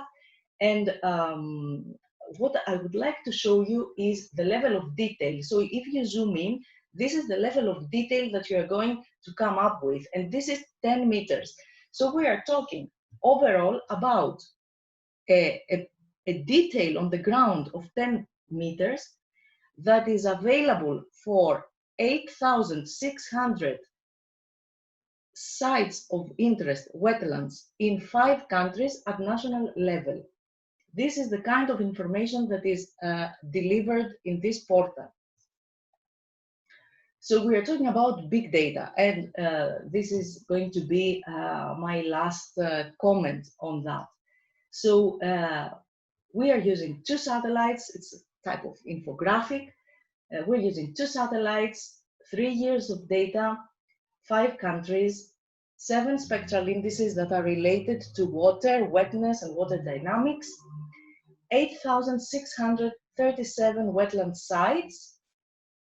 That means 450,800 clear instances. This is the stack that I was saying before, that has resulted in more than 6,300,000 objects in a database, and this ends up in 57 gigabytes of data about the wetlands in the 5 areas in the database. Just for comparison, Oracle database, which is a relational database, can handle up to 3 gigabytes of data. Here we're talking about different kinds of databases. Here we're talking about big data database. And I'm just giving you this comparison to help you appreciate that this is an unprecedented level of detail and data set that we are dealing with here. And with this, I would like to thank you for your attention. I have put also my contact details and a link about this service, a link in YouTube. It is a very nice production, short video about the story, said in nicer words than the ones that I have used, I think. And with this, I would like to finish and thank you for your attention. Thank you very much, Ms. Keramidzoglou. I know you have another meeting and you need to go, but there are a couple of questions. Sure. We will make an exemption and share with you now, because the questions will go at the end of the third session. But I think in your case, it was quite impressive how the technology of space is helping us get enormous data. So the first question is from Mr. Yanakis. He asks, what is the precision of your approach? I think you have answered this partly. Have you tested this methodology with other existing methodologies? And what about more dry areas or the small wetlands? And there is one more from Marco Trombetti from Italy. Should do you want to answer the first one first? Sure, yes. This is a very good question, and thank you very much for your interest in the precision, which is, I think, now to be assessed to this scale. The methodology has been proposed by EKBY, and we are working in collaboration with them. There was this huge workload in order to have everything finished for all these data sets. I have to tell you that some of those were received only last week. And so in cases it has been tested selectively in samples, but this needs to be assessed, I think, in a proper way together with Eleni. We have discussed this. And because you will see that in some areas, there appear some problems with atmospheric correction of the satellite data, but I don't want to go into too technical answers now. In general, we have an amazing data set. We see that there could be some improvements with some of the indices. We find that in some cases near the coast, some indices do not work as well as they work inland. So there are things to be fine-tuned, and so this is something that we will need to do as further work, because this kind of information is not done before to such extent. It is done individually, but not to such extent where you will see all the cases in the 5 countries, inland, coastal, and all that. You also asked about dry areas. Well, the site that we were given contained both water and dry areas, because these were considered to be part of the wetland area. But what we were monitoring within this polygon was everything. Of course, eventually the statistics would eliminate the dry areas and classify them as dry, and they would highlight the water areas and classify them as open water or seasonally flooded and all that. And the very small wetlands were eliminated. We had a threshold size, so this was also decided in the kickoff meeting of WetMainAreas in Tirana. I remember this discussion very well, and we had a minimum size of mapping the polygons. Okay, next question from Mr. Marco Trombetti to Ms. Keramidzoglou. How did you technically implement the methodology, software, scripting, and language? Yes, I think that it's better if we communicate via email for very technical questions, because I think that this goes beyond the scope of the present presentation that is targeted to policymakers. It is the main thing here is the database, that is a MongoDB big data document-based database. And of course, there are different software components that interacted in order to have the whole result. So it's not like a one-line answer. Please send me an email. I have given my contact details, and I will come back with more detailed explanation to that. Thank you very much, because we wouldn't understand probably. So the last one is from Mr. Lefkios Sergidis from Terra Cypria in Cyprus. He asks if you used satellite data to map the wetlands in Cyprus. Do you mean satellite? Yes, I think. He means satellite, I think. Yes, that's what he means. Okay, satellite, yes, yes. Satellite data from 3 years, 2017 to 2020. 3 years of data for the polygons that are... for Cyprus as well. For Cyprus, yes. Okay. For all the countries, yes. This was done, this was the last data set that was processed. Thank you very much. I think it was very interesting. We are sorry that you have to go to another meeting. I will rejoin after I finish. I will rejoin for the final discussion. So I'm sorry I have to interrupt, but I will. Okay, thank you so much. Thank you very much. It was great. And I would like to give the floor to Mr. Nikola Kalaidev, who has been sitting very patiently from the start of this meeting, even an hour before the start. But thank God he's sitting on the beach, so I'm not so sad about him. And he will present our geoportal. Thank you very much for your patience. Good day, everybody. I really do hope that you can hear me loud and clear.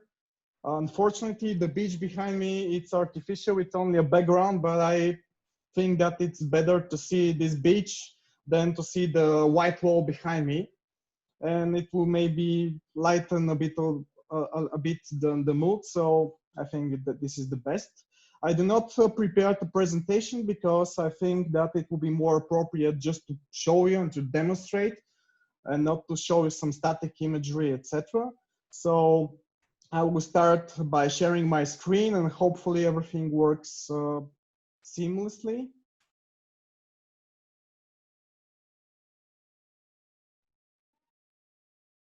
Okay.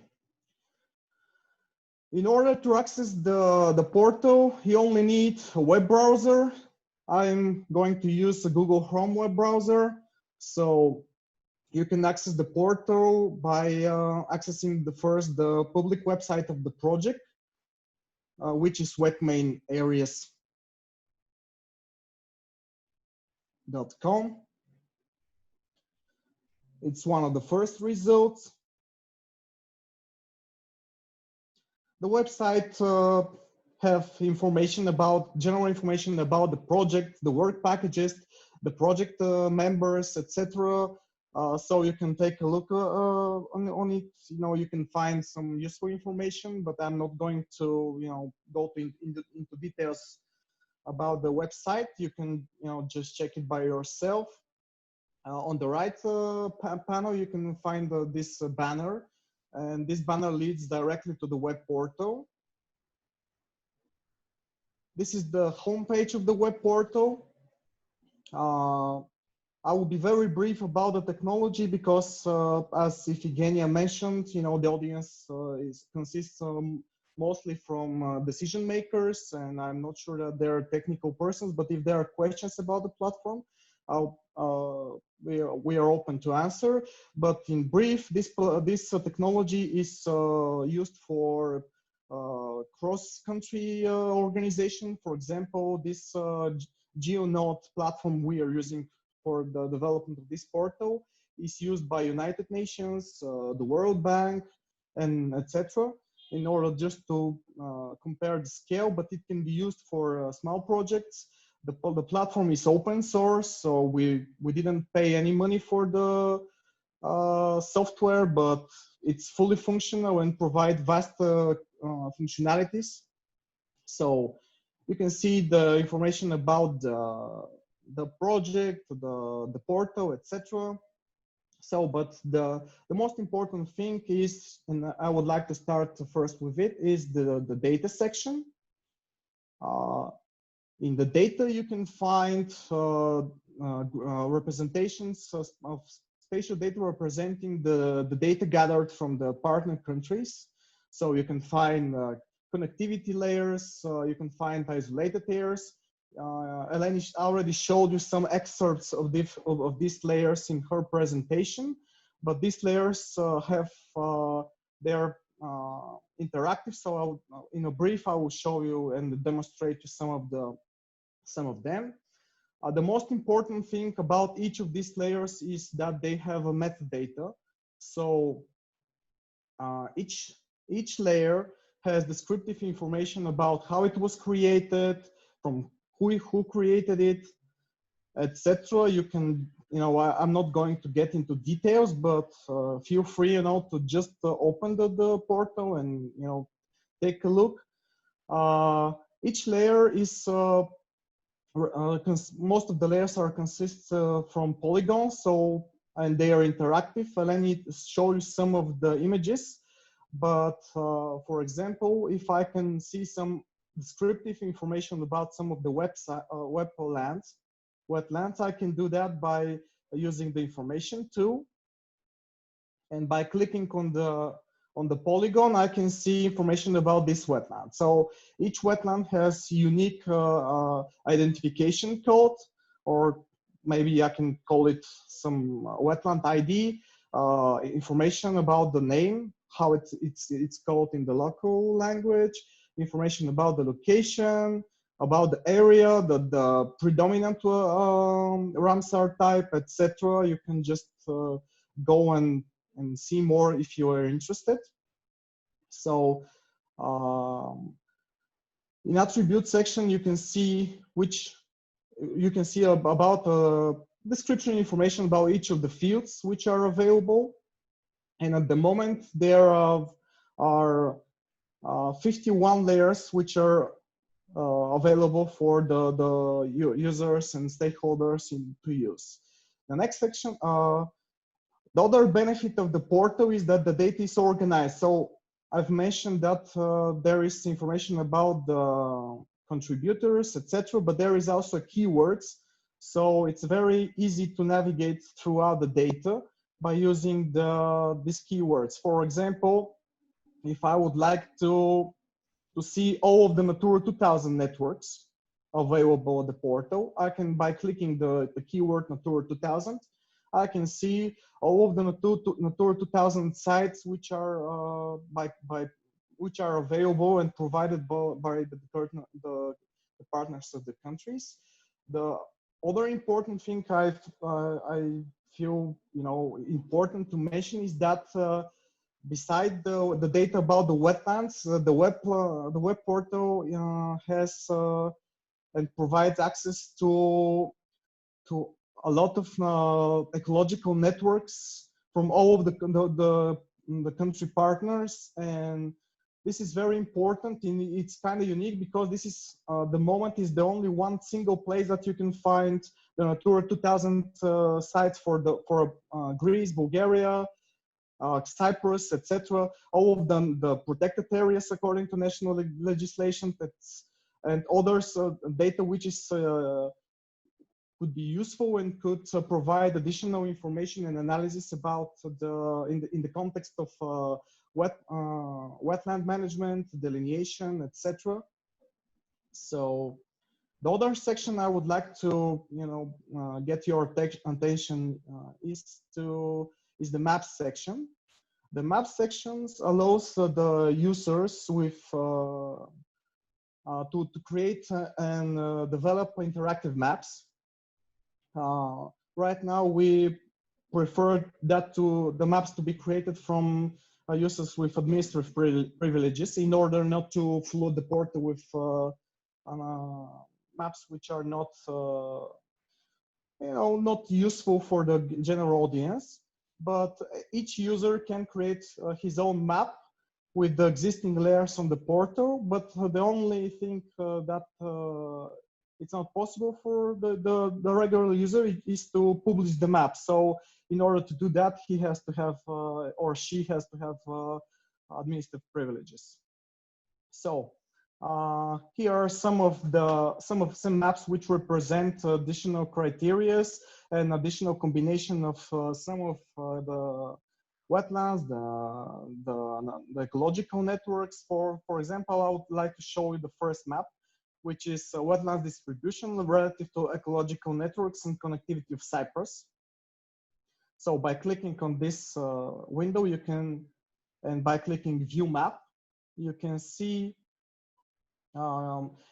information about the wetlands on the territory of Cyprus.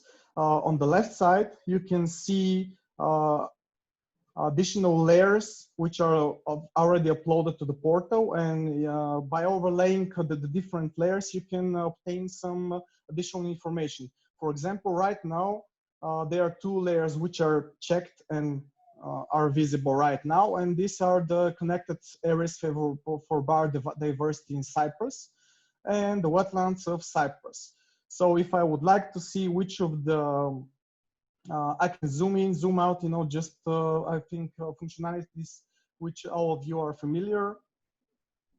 And for example, I would like to see some information about the protected areas. So I can see that this wetland overlaps with some of the wetlands, but I'm interested to see which protected areas is exactly. So if I click on the protected area, I can see additional information about protected area. So I can see the name, the year, etc. The reason it was designated, and other additional information. The information about the spatial distribution of protected areas, it was provided from all of the country partners.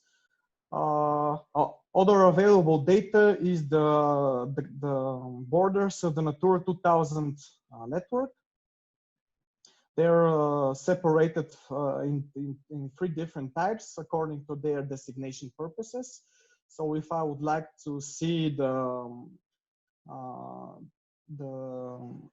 representation of the wetlands relative to the, for example, the Natura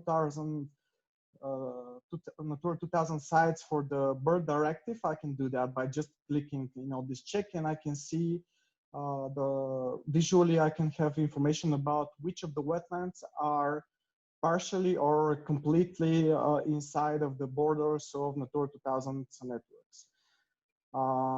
If I would like to add additional layers, I can do that, but if I'm not satisfied with what I have in these overlays, I can add another one by clicking this plus button, and I can choose from the local layers. I can also as well add additional layers if they are publicly available. If they are published as WMS services, I can add them to my map and use them as an additional information source. For example, I've already added all of the available layers for the territory of Cyprus, but I just wanted to show you the functionality. And you can see all of the layers available and uploaded to the portal. And if you just use the plus button, you can see metadata information as well as other descriptive information about the data. So in the map sections, there are plenty of other maps which I created for the purpose of identification of the relative connection between the ecological networks and the connectivity layers, which were provided by the partners. And for other people, for other GIS experts, there is additional bonus. For example, if I would like to use these web map services, I can do that in a GIS environment, and I can do that in a commercial and uncommercial softwares. So I can show you very brief, but because this is more interesting for the experts. But it's a very interesting functionality which allows very proficient users to use data in other ways. Mr. Kalaidiev, are you towards the end of your presentation? Yeah, just it will be very very brief. No, I'm just asking. Yeah, because for example, I think it was very good that you showed us this in live mode, and that it is accessible to all the people. I don't want to interrupt you. Please finish what you have to say, and I will. I'm just going to show you that. Okay, here is the ability to add layers to other GIS environments. So I can use that this is more to the other experts and GIS experts, but I understand that the audience is probably overwhelmed by now by technical details. So I'm just going to finish, and if there are questions, I'm available for them to be answered. So, okay, this is the end of my presentations. Thank you for your attention. Hopefully I didn't bore you with technical details, and I'm available for questions. Okay, thank you very much, Mr. Kalaidiev. I think it was very interesting, and I find very important that this data can be accessed through the website by the public. So I just want to mention that the Terra Cypriot data for wetlands in Cyprus were used in this process, and that this information provided metadata, if I say this correctly. I want to ask Ms. Fitoka about processing, if we would ask questions now, or if you think we should move on and leave the questions for the end of the third session.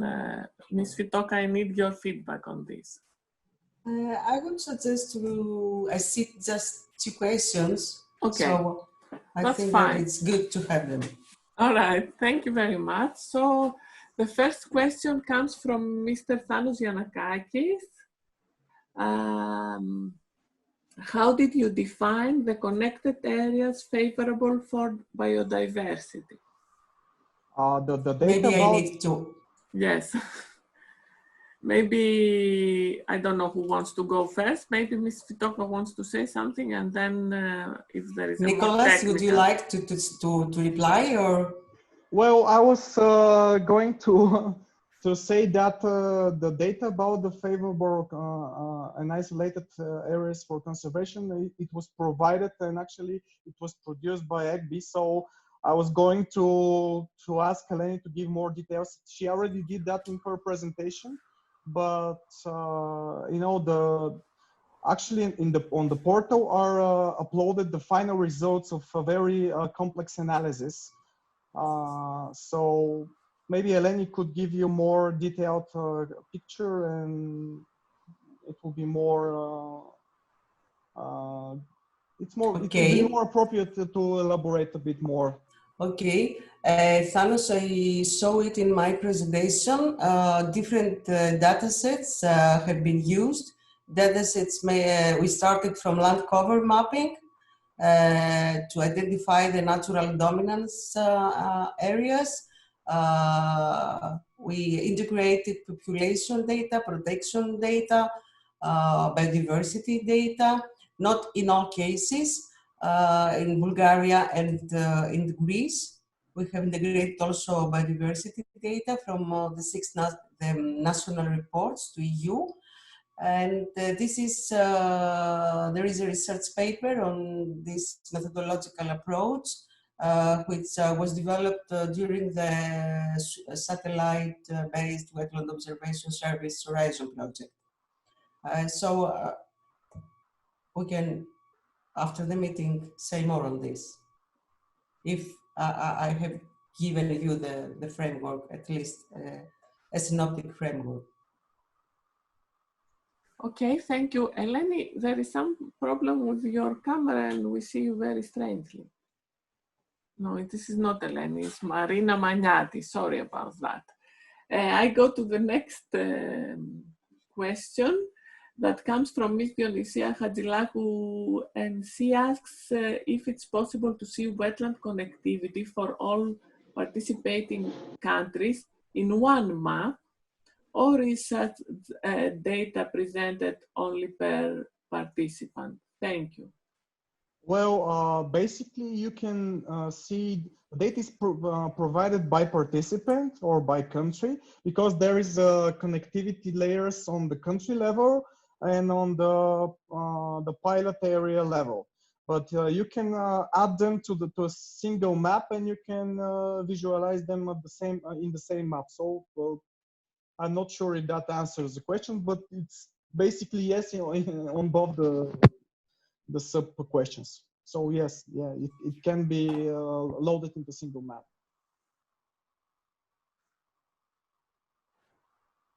All right, thank you very much. I think that was a very nice presentation, and how technology has improved our understanding of nature is impressive for at least the people who are older in this group, me included.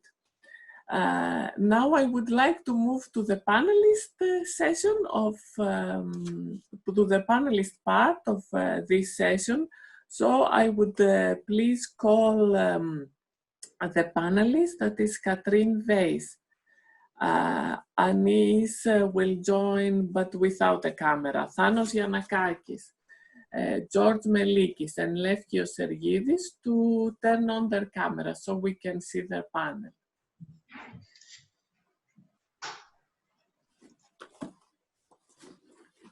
Thank you very much. That was much easier than the second time. And I would like to start with Ms. Katrin Weiss, who is from Jena Optronic, Germany, and she's the coordinator of SWOS, the project that inspired the WetMainAreas project. And in this current project, a lot of research findings from SWOS project were used. So we would like to ask you, Ms. Weiss, to share with us more about the SWOS tools and how they are used in different regions.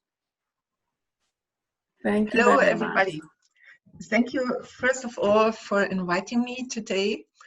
And I would like to congratulate Eleni and all your colleagues for this impressive project. I'm very happy to see that SWOS is surviving anyhow with your project, and I'm jealous and would love to be a partner, but Germany is not a Mediterranean country, unfortunately, and even in the current situation, we cannot travel to the Mediterranean, but I hope it will come back very soon. And anyhow, I'm proud that we could do something at least to inspire you to use the tools that we prepared in the frame of SWOS to prepare such impressive work, and this mapping of all these wetlands and identifying small wetlands, integrating it in a database. And I'm really impressed from your portal. We also have a portal in SWOS where we connected all the mapped wetlands around the world, and also freely available databases and indicators we integrated. And what we did in this Horizon 2020 financed projects was satellite-based wetland observation service, as we developed a methodology for mapping wetlands in a harmonized way. We developed, and this was also a huge work, and thanks to Eleni, we integrated nomenclatures, which are standard nomenclatures. We integrated the Ramsar typology into the different nomenclatures and prepared crosswalks between the nomenclatures. What is really important to compare or to be comparable between different acquisition dates and also between different countries and locations, to get also a big picture about changes over time and about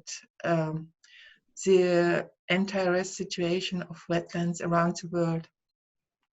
What we did in the frame of SWOS is we developed methodologies and provide a service from a team of partners for mapping and indicator calculation, and these indicators are defined together with EKBY, Tour de Vala, and other partners. I think that the University of Malaga is also present today and has took over a big amount of work for this nomenclature and indicator development. And these indicators that we developed for SWOS are also covering tasks that the countries have to do for reporting to Ramsar and the SDG reporting, SDG 661. And we integrated here specific indicators which answer directly the questions that you have and the inputs that you have to deliver for this reporting. It is not just for management itself. This is the most important part, and for what also the reporting is, what the purpose of the reporting is. But you have also these numbers and indicators, these statistical values, which can be used as indicators for the indicator 661 for SDG and Ramsar reporting. This was done based on a software that was developed already in the first version in a previous project, or many previous projects. One was Globe Wetland 2, where EKBY was also a partner. And then in SWOS, we integrated a new software, graphical user interface for the geoclassifier software. This software is available and we provide it for free. And this is a specific, easy to use software which can be used also for from inexperienced users to do the mapping based on satellite images. We have different tutorials developed for training. And we are happy to continue to distribute this software and to provide training also to other partners and participants or users around the world, in particular around the Mediterranean. So we are working on a version which will be integrated into the cloud, not for free like the desktop version, but this should come soon. And we have we invite you to use this with much more functionalities, the software toolbox and methodologies that we developed in the frame of SWOS. And we have also a portal developed, but I'm really impressed by the portals that you did. It's very focused and provides additional information. It is fast. I hope it is fast as well, also if I use it from outside. But I'm sure that it works also from each place of the world very fast. And this is very important that users have not to wait too long. And it is self-explaining, so congratulations also to the portal. And I would be glad to continue working together, in particular in providing the software and the tutorials. What we are doing right now in a project which is called Wetland Africa, and here we have two focused areas. One is the southern part of Africa, and the other one is the western part of Africa, and we provide this training. And finally, we will prepare together with user organization, more than 50 user organizations in Africa.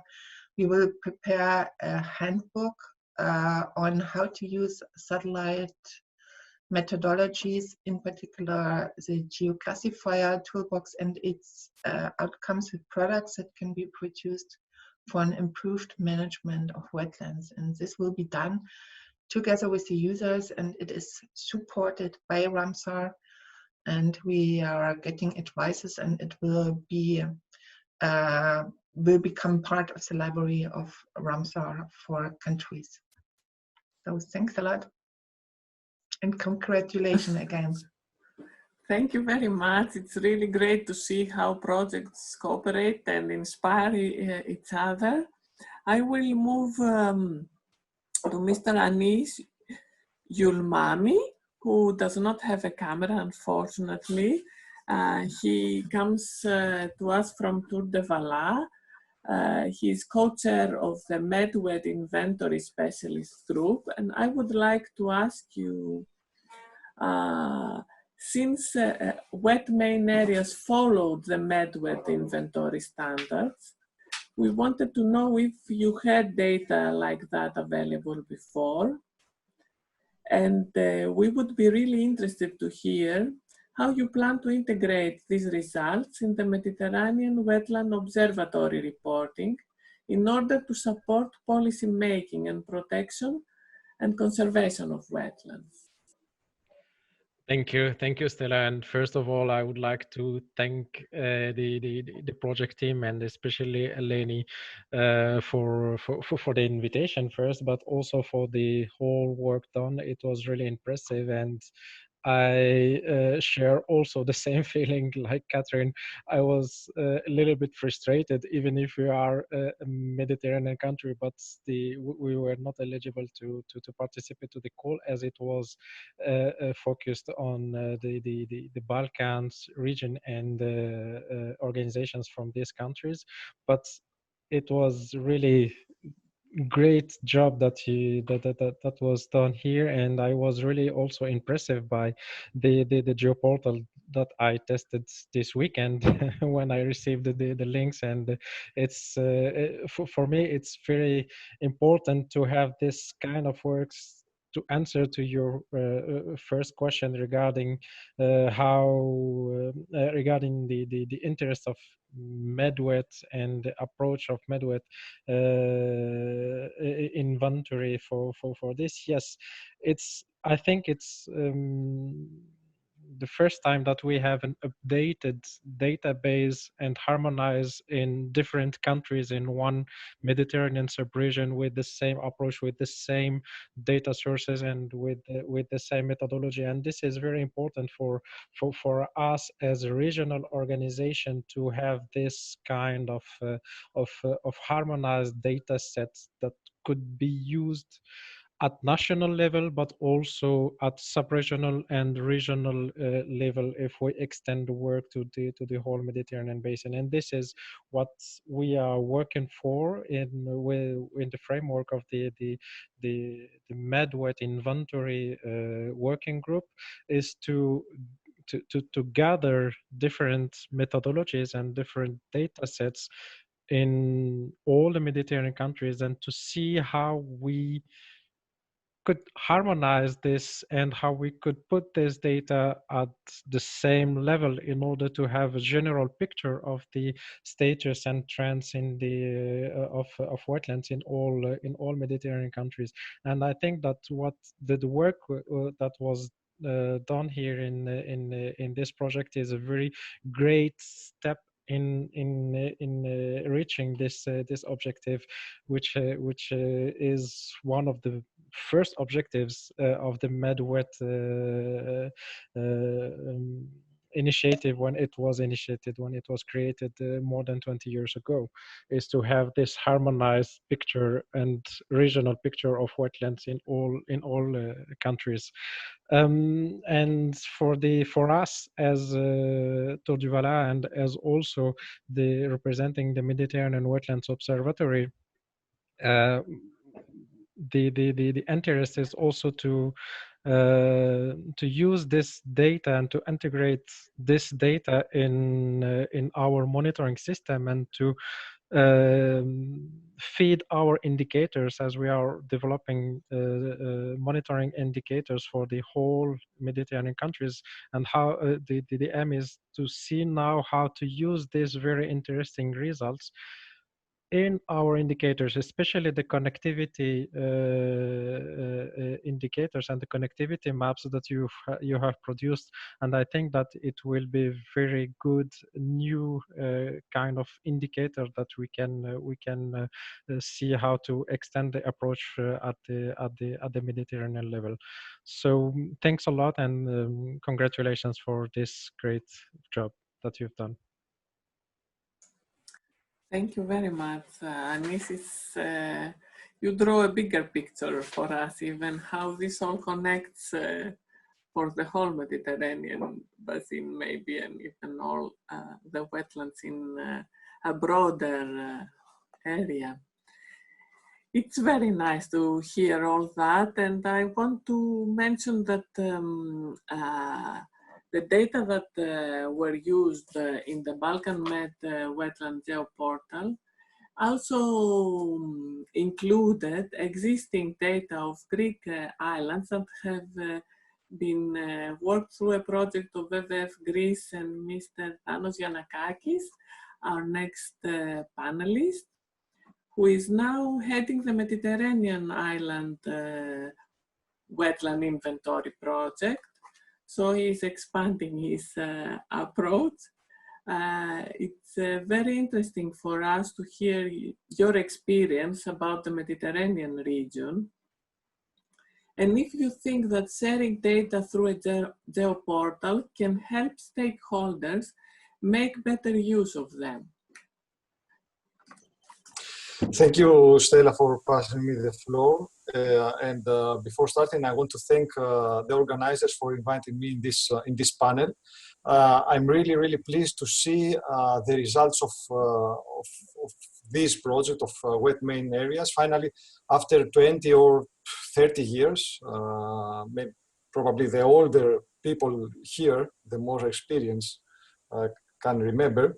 than that after 20 or 30 years, finally, it seems that we have strong base and reliable data from the conservation of the Greek or even the Balkan wetlands. Don't forget that wetlands are, as natural assets, don't have borders. So I'm here to speak on behalf of a project that runs in 9 Mediterranean countries involving 13 partners. This project is called MEDISWET, and the main objective of this project is to document the existence and significance of the wetlands located on the Mediterranean islands and promote actions for their protection. However, before sharing with you some insights from this initiative, which is funded by MAVA Foundation, I would like to make a short introduction. The origin of this project goes back in 2004, when WWF Greece decided to do the inventory of the island wetlands of Greece. As a result of this work, all island wetlands of Greece, almost 830, were inventoried with in situ visits. We visited almost all wetlands, and this data have been uploaded in an open access database called Biotope. And our data have been used for the protection of 380 small natural wetlands under 8 hectares by a presidential decree adopted in 2012. Also, many of them were included as protected areas in the spatial planning of the municipalities and regions, etc. At the same time, we submitted all our data to the Ministry of Environment for the Greek wetlands over 8 hectares, for the Greek island wetlands over 8 hectares. And we asked for their protection, as they did for the small wetlands. However, it seems that this report and this data have stayed hidden somewhere in the drawers of the public stakeholders and the ministries, etc. So far, nothing has happened for the bigger wetlands. Finally, in 2015, we supported the Ramsar resolution speaking about the conservation of the Mediterranean island wetlands submitted by the Greek government. And as a result of this resolution, in 2017, this MEDISWET project was born. So 13 partners from 9 Mediterranean countries, all the countries that have islands and islands that host wetlands, are working together for the documentation and protection of their wetlands in an approach developed by WWF Greece. And answering also to Anis' comment before, actually there was one project before the WetMainAreas that used a horizontal approach, a common approach for the inventory, based similarly to the methodology of MedWet, of course. So going back to the MEDISWET project, so far we have identified almost 14,000 wetlands on more than 140 Mediterranean islands, both natural and artificial, and with an area of over 0.01 hectare. We have visited, by the end of the project, we will have visited more than 2,500 wetlands, while we have already the delineation of these 14,000 wetlands. Of course, all these sites, areas can be found in open access databases already uploaded in the net. At the same time, we work close with the public authorities for their protection. So far, we have actual results in Turkey, the biggest island wetland in Turkey, which is Gökçeada Lagoon. In the island of Gökçeada, Imbros, it's a Greek name, is being protected by the national legal framework. while 5 wetlands in the Balearics have been included in the water management plans of Spain. And of course, we are working for maximizing this impact.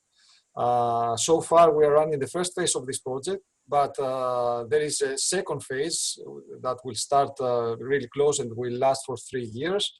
And during the second phase, we put in our radar the restoration of wetlands. So each partner will undertake 1 wetland per country, and they will restore it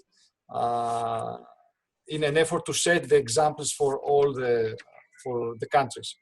Mr. Giannakakis, okay, just want to ask again this part, since you are concluding, as I hear. I am concluding, Stella. If you think that it is useful, the geoportals for the stakeholders.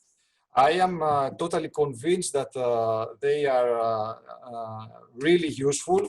From the very first moment, we used open access database and geoportals to share our data. And we have, there is something that we need to have in mind. Research and conservation actions are really really important and interesting. However, if these actions will not be translated into protection and conservation, then it's for me it stays inactive. Okay, thank you very much for your contribution, and I would like now to move to the fact that water is a key aspect in water management. So we are glad to have with us a representative of the water sector from the Ministry of Environment, Mr. George Melekis. And we would like to ask you if you think it is important to integrate wetland mapping results from this project to the river basin management plans that you are responsible for, and also give us your feedback for all this project, Mr. Melekis. You have about 3 minutes, 3 to 5. Thank you. Yes, thank you for your invitation. It's a very interesting matter because we, as a ministry, we have a geoportal with the database of the national monitoring plan, which we have all the data concentrated for water bodies that are recognized from according to the Water Framework Directive. As I said, as you said, the Secretariat is the competent authority for the implementation of Water Framework Directive. The directive recognizes the important function that wetlands plays for the protection of water resources, suggesting their wise use and conservation. And it also recognizes the tight connection between wetlands and aquatic ecosystems dependent on them. But we have to keep in mind that the directive encourages the designation of protected areas as separate water bodies, but there is some specific limits for the extent of surface water bodies. For lake is half square kilometer, and for river is 10 square kilometers. Of course, at the Greek river basin management plans, we have identified as separate water bodies lakes with an area less than the above limits, mostly in the southwest Aegean islands, but mainly due to the socio-economic needs that serve these specific aquatic systems. However, the European Union suggests not to change the definition and delimitation of water bodies during the individual management plans review, because this causes issues, especially in the timeline comparison of the results. Our scope is to avoid such modification or to do so only if it is absolutely necessary. Based on the results of the program, of course, such a possibility will be considered at the second revision of the river basin management plans. I have to say that through the National Monitoring Program, the Secretariat is monitoring 490 rivers, 65 lakes, and 37 transitional water bodies. Using the evaluation of the measurements, the quantity, quality, and ecological status of the main water bodies is determined. In some river basin management plans, small bodies are determined which are classified based on their importance in the ecosystem in order to take management measures of protection and conservation by the competent authorities. We have invested till now 43 million euros for the period 2016 to 2023 for the monitoring of the water bodies recognized according to the WFD, as I said before. In conclusion, the results of the program will definitely be taken into account during the second revision of the river basin management plans in terms of identifying secondary waterland areas to apply supplementary measures in each river basin district in order to achieve the recreation and restoration collaboration with the decentralized administrators and any other relevant authority. I think that Secretariat and the Greek Biotope and Wetland Centre, which I have to admit that is one of the best partners in the national monitoring programs, will have a lot of work to do.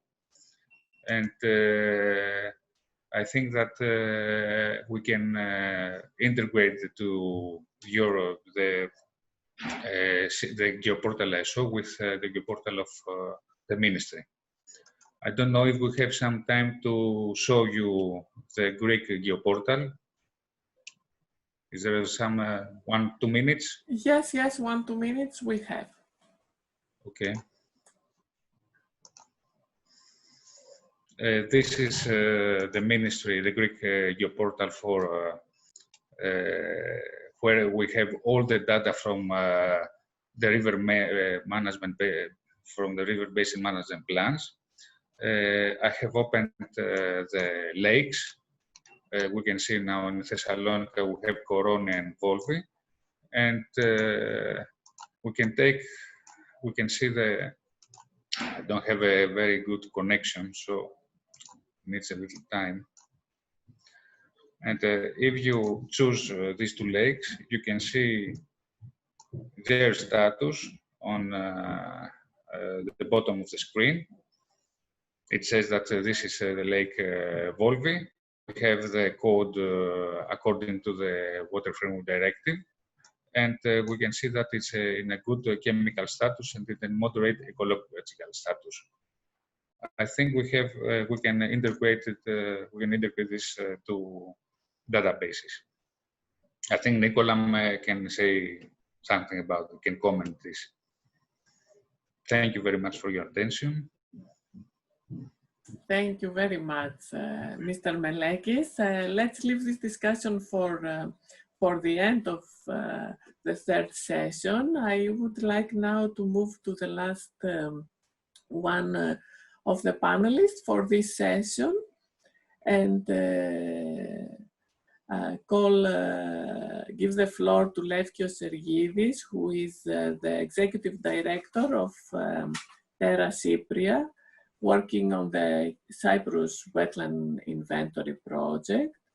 As we said before, their data have been included in the geoportal. And we'd like to ask you, Lefke, please share with us how the inventory data have been used by stakeholders in your country, in Cyprus. And if you find useful the space monitoring of water services in order to use for your updating purposes of your inventory. Please unmute yourself, yes. Thank you, Stella. When you say space monitoring, you mean satellite imaging, correct? Yes, sorry, I am non-technical in this space thing. Sorry about that. Anyway, thank you and congratulations for the event, and thank you for inviting me to be in the panel.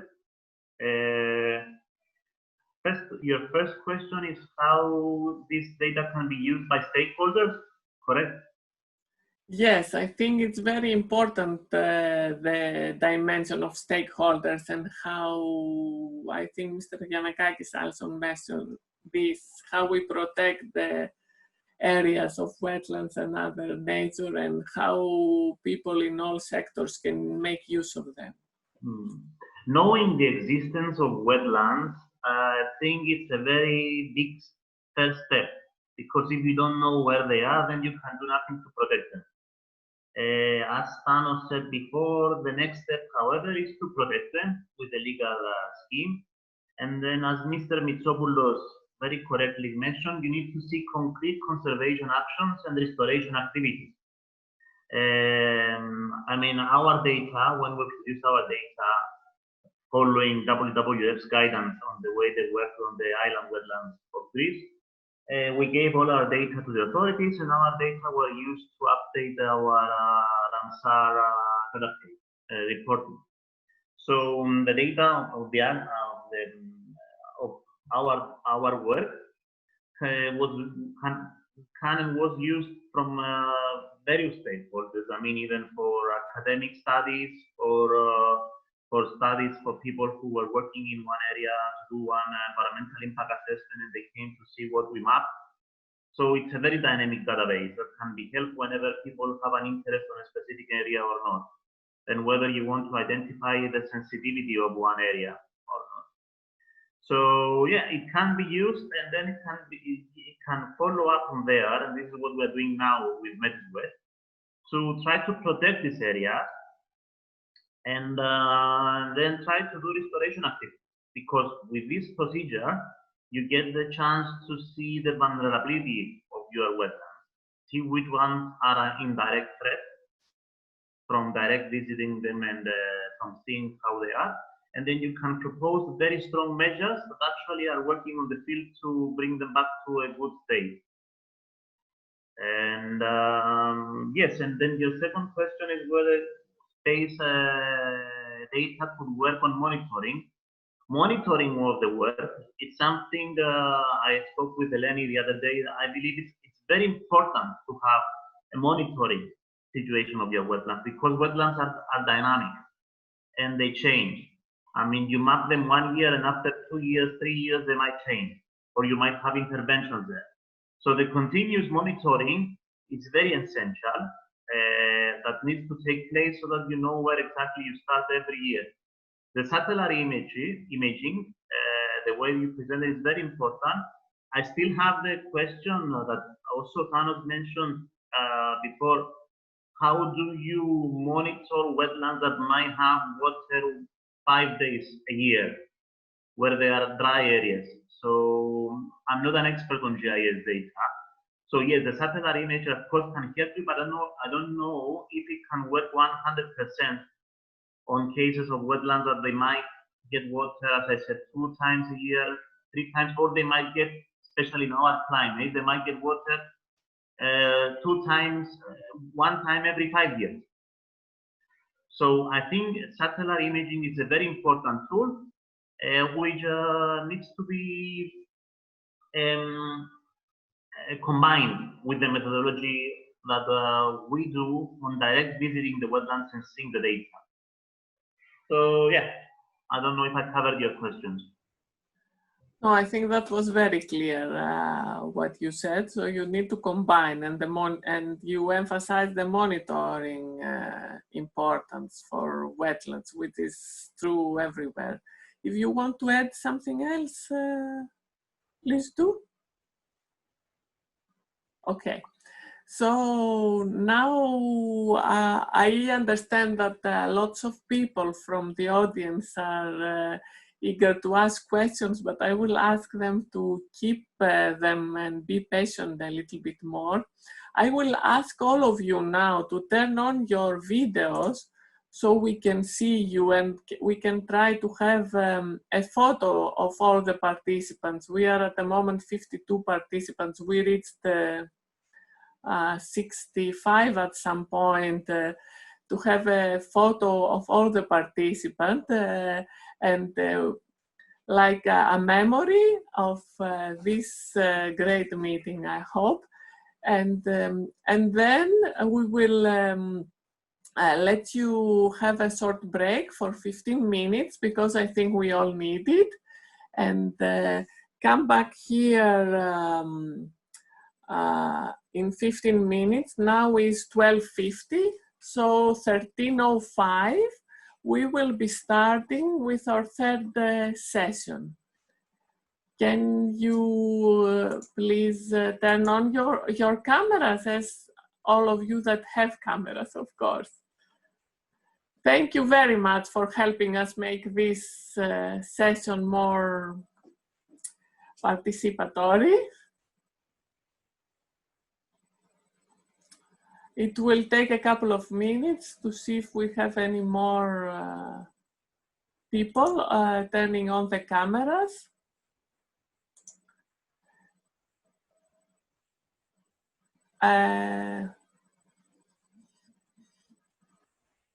Hello, okay, maybe people were tired. I will advise you not to disconnect from your meeting, so to stay in the meeting during the break, so we won't have all this issue of letting you in the meeting, etc. And we look forward to continuing. Just give me a couple of more moments. I think we have the picture. Yes, it's not perfect, but it will do. Eleni, do you want to add something at this point? No. It's time for a break, I think. Just to thank all the contributors for sharing with us, first for the nice words we heard, and also for the experience of all these people that are working for many, many years in wetland conservation. Thank you all very much. We will see you in 15 minutes. Take a break.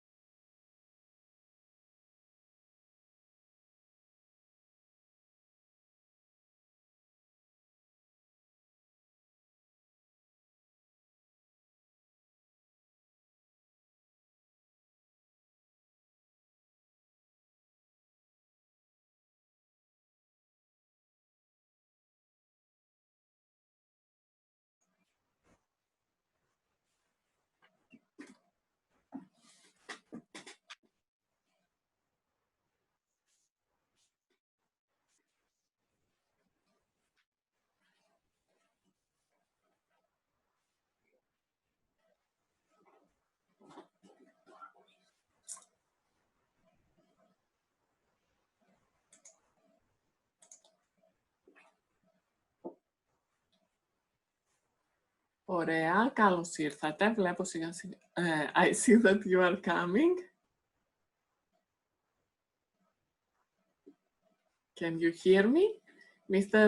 Ververis, can you hear me? Yes, I can hear you. All right, thank you very much. We will start this session with you, as you know, okay? Just give me a few minutes for people to arrive and I will make an introduction.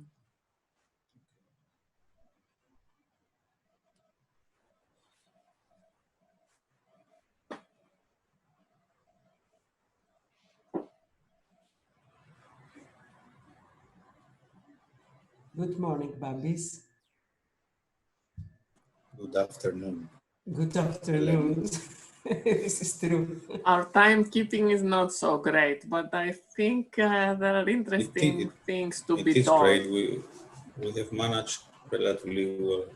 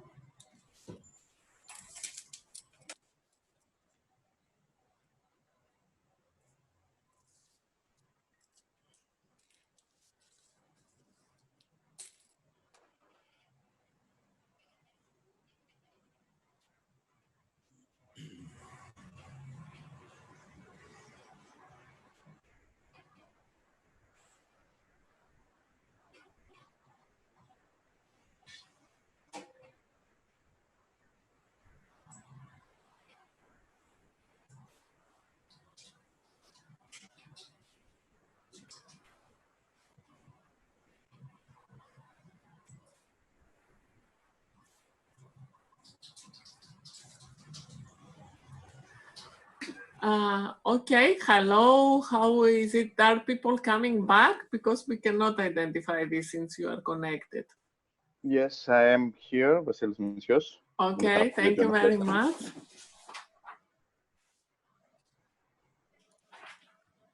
All right, I see Ms. Bateka as well, good.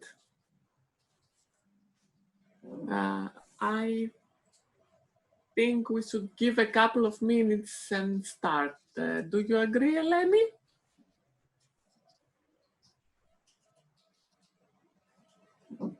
Yes, of course. All right.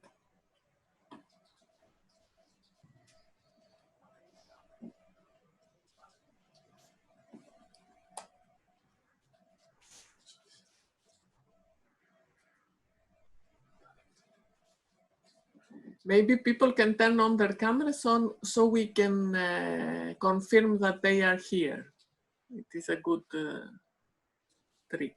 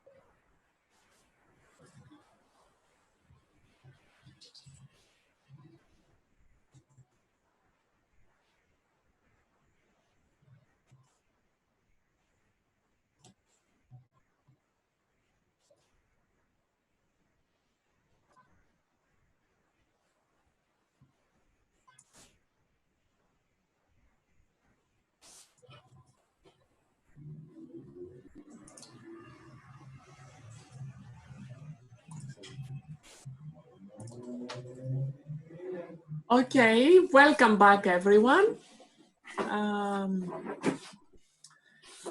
We would like now to move on with the third and final session of this webinar for the Balkan-Mediterranean Wetlands. This is a more participatory session, and we hope to make some steps towards a joint vision in this framework. In this session, the practical significance and application of project results will be presented, and also the key messages of this project results. So I have to mention here that the Department of Protected Areas of the Greek Ministry of Environment and Energy belongs to the WetMainAreas partnership as an observer. So the ministry has been close to this project right from the beginning, and especially our next speaker, Mr. Charalambos Ververis, who is from this department for protected areas, has participated in all the project meetings, events, discussions, and has been following and supporting this successful, if I may say, project. So I would like to call Mr. Ververis to share his screen so we can see his presentation at the beginning of this session. I will just stop sharing, just a minute. Okay. Okay, now I stopped sharing. Thank you, Mr. Ververis. Please start sharing.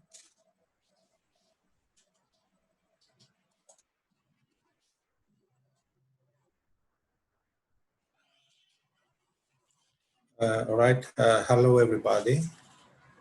I think most of you already know me. We have met during the program.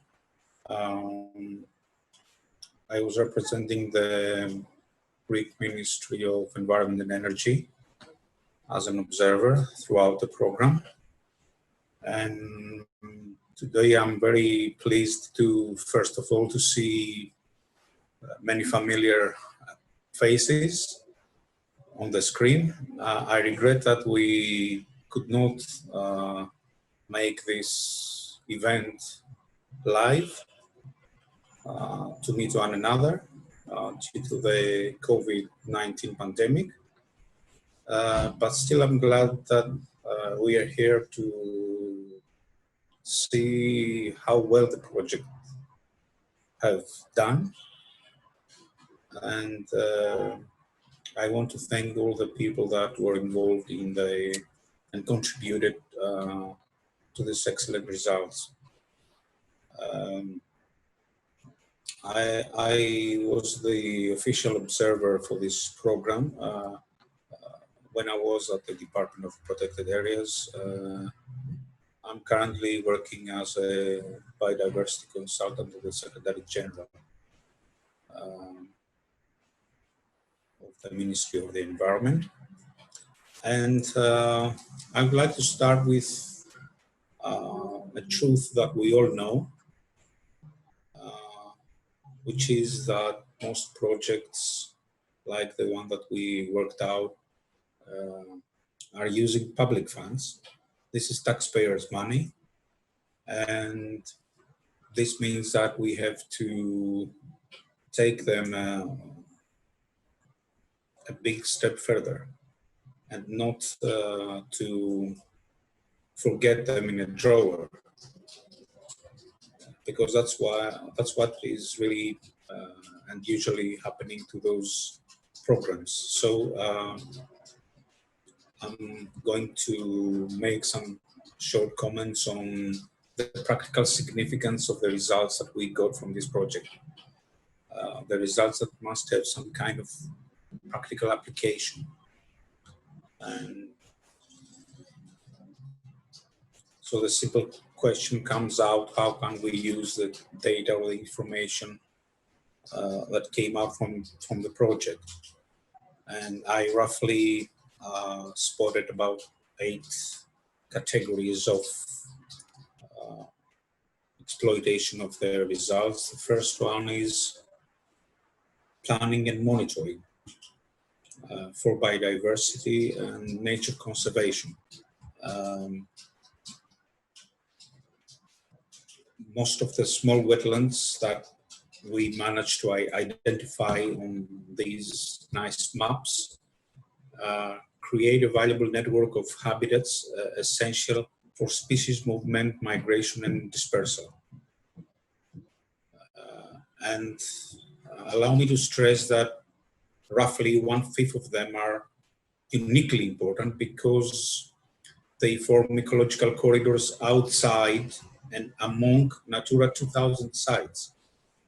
This is very important because we roughly know what is happening within the Natura 2000 network, and we roughly protect what is in the Natura 2000 network. What we do not really know and what we do not really protect right now is what it is outside the Natura 2000 sites. And from this perspective, the results of this project to me are very, very important because we can possibly incorporate all these small wetlands into management plans or a protective legal status or a restoration process. The second category refers to water resource management and climate change mitigation. All these small wetlands containing water are very precious, very valuable for water storage, for use, mainly in agriculture, for groundwater enrichment, and we could hopefully use the results of this program in order to integrate them in regional drainage basin management plans. And another important role that these wetlands could play is the flood control in extreme weather due to climate change, which is anticipated in the very near future. The third category is that all this data that we've gathered in this project could form the basis for to further enhance and promote research both on conservation and water resource management.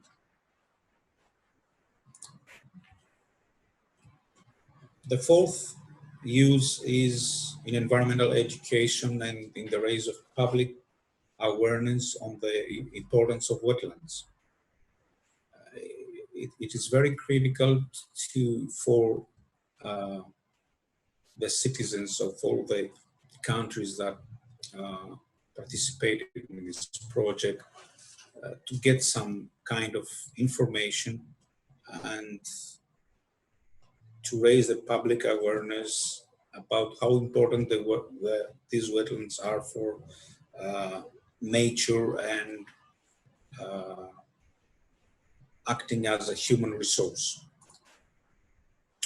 The fifth category is to foster ecotourism and recreation activities. A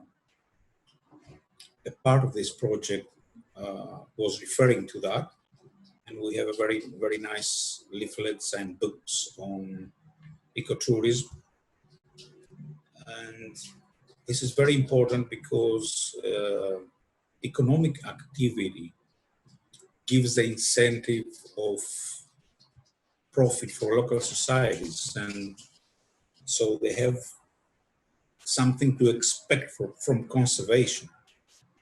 And you cannot do conservation without the local societies having anything to win. They have something to win from conservation. That's the way that they will contribute more effectively and willingly.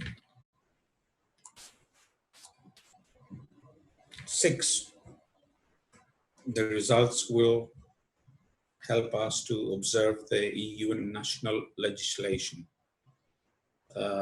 I'm just reminding some relevant directives, 92/43 on species and habitats, 2009-147, which refers to, it's the bird protection directive, and another two directives, 2016, 2007-60, which refer to water resource management and flood control.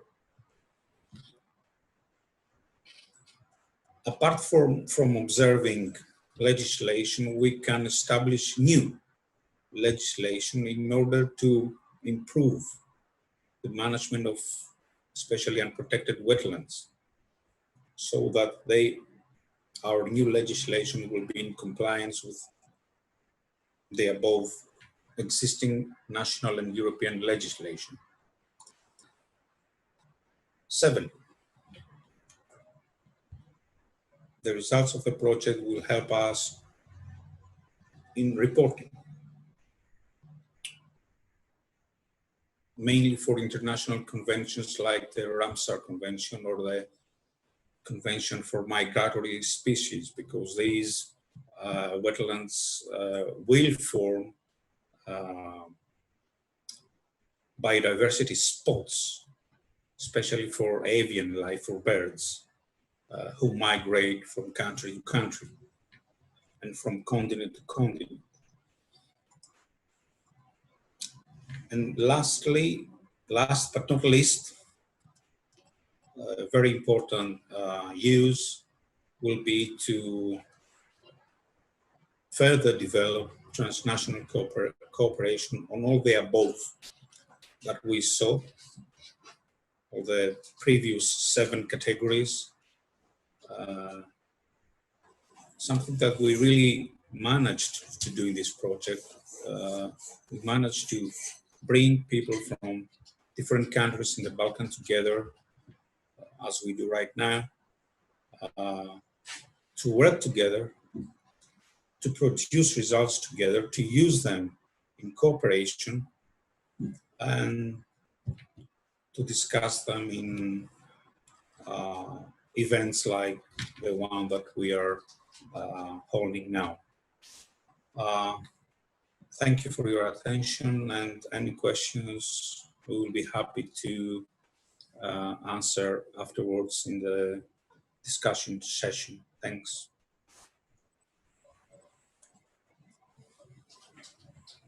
Thank you very much, Mr. Ververis. I think that was very clear on very different ways that these results can help and benefit the public that pays for these projects. And I'm very happy really to see, after working in conservation since '93, these good results, as Mr. Giannakakis said, that we actually have these data which are the basis for the protection and conservation of wetlands. I will now give the floor to Ms. Eleni Fitoka to present the key messages of the project.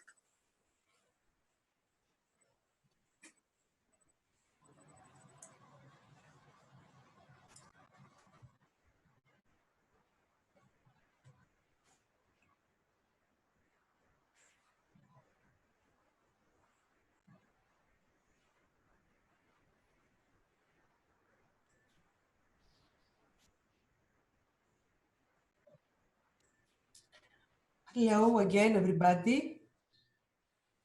Do you hear me? Everything fine?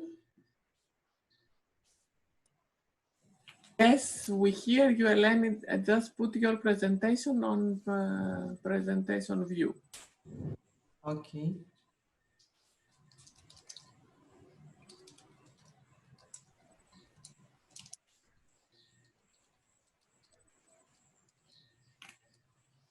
There is a document also which presents key messages, and it has been distributed.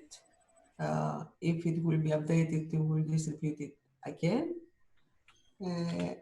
I believe that all participants now, when they hear about ecosystems continued and integration, and that this is a challenge for safeguard of biodiversity will be more familiar. We focusing on wetlands. This project tried to give a practical dimension of this target, the target of EU regional policy. The first key message that these are some key messages that we would like to bring back to your offices, to bring in mind when you are doing your responsible tasks in conservation, in protection, in planning, in development. So we start from the first one, that yes, Balkan-Mediterranean territory shares wetland ecosystems of high biodiversity and cultural value. Please remember that this is a very small portion of the whole territory area that our neighboring countries have. It is just 2%, and it surely deserves protection and conservation. WetMain project managed to develop new knowledge of very high scale data that gives evidence on the wide distribution of the Balkan-Mediterranean wetlands. I remind you the numbers you have already heard in previous presentations. We are talking about more than 8,500 sites and an area of more than 530,000 hectares. 1/3 of the resurface area is of international importance. It is already included in recognized Ramsar sites, included in the protected areas network, and actually it is the part of wetland ecosystems that everybody knows. But, and I'm very glad that often during the panel sessions, all the involved participants talked about the significance of the small wetlands. Numerous of small wetlands below 8 hectares are found. Look at these two numbers. More than half of them, 3/4 of total wetland sites we have mapped, are small wetlands below 8 hectares, and they only cover 3% of the total wetland area. But keep in mind that they create a valuable network of corridors and stepping stones and support ecosystem services, especially in areas who are dominated by intensive human activities, agriculture, and urban uses.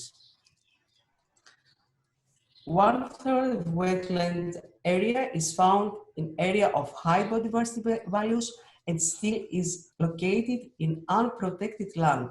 So really for every at various scale, even if someone wants to take benefit of this data set at national level or regional level, but even if someone wants to take benefit of this data set at local level, there is the information there, and you know now that which are the wetlands that are totally unprotected and thus more vulnerable.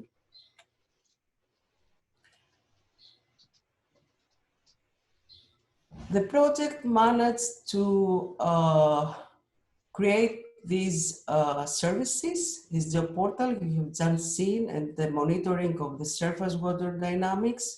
So this improved knowledge is available.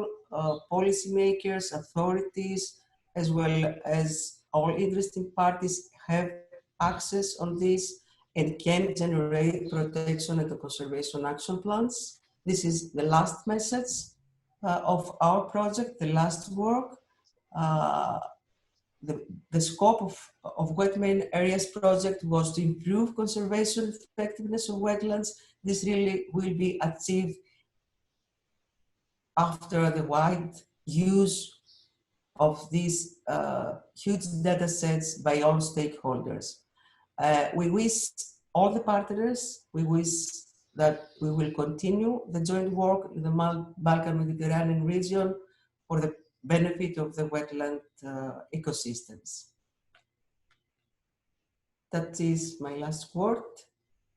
So we can continue to the panel discussion. Thank you very much, Ms. Fitoka. I think that really summarizes the important messages and the way forward for this project. Now I would like, before we move to the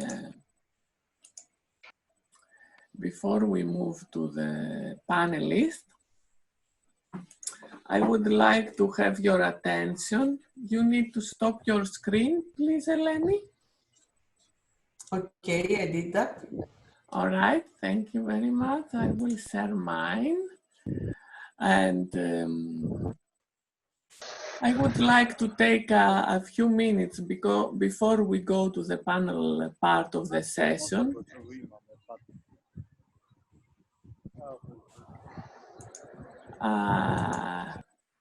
To share with you, to share with you, let's say, a way to work together. Can you see my screen? So I have the same picture that Eleni showed us, how we can all, like these flamingos in this wetland, work together. And sorry, I have a problem with my presentation. So now I have it right. So we want to work together, and we have prepared a more interactive input in order to take in a brainstorming mode all your ideas.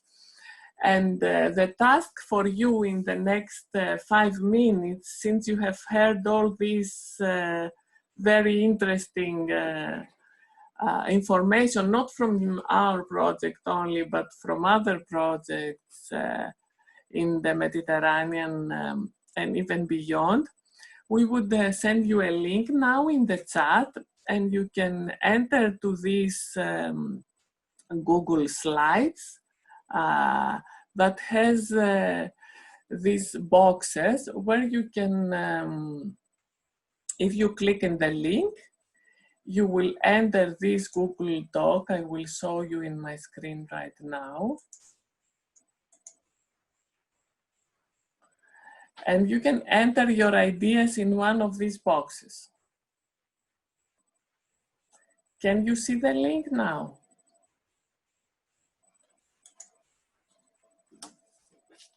Good morning.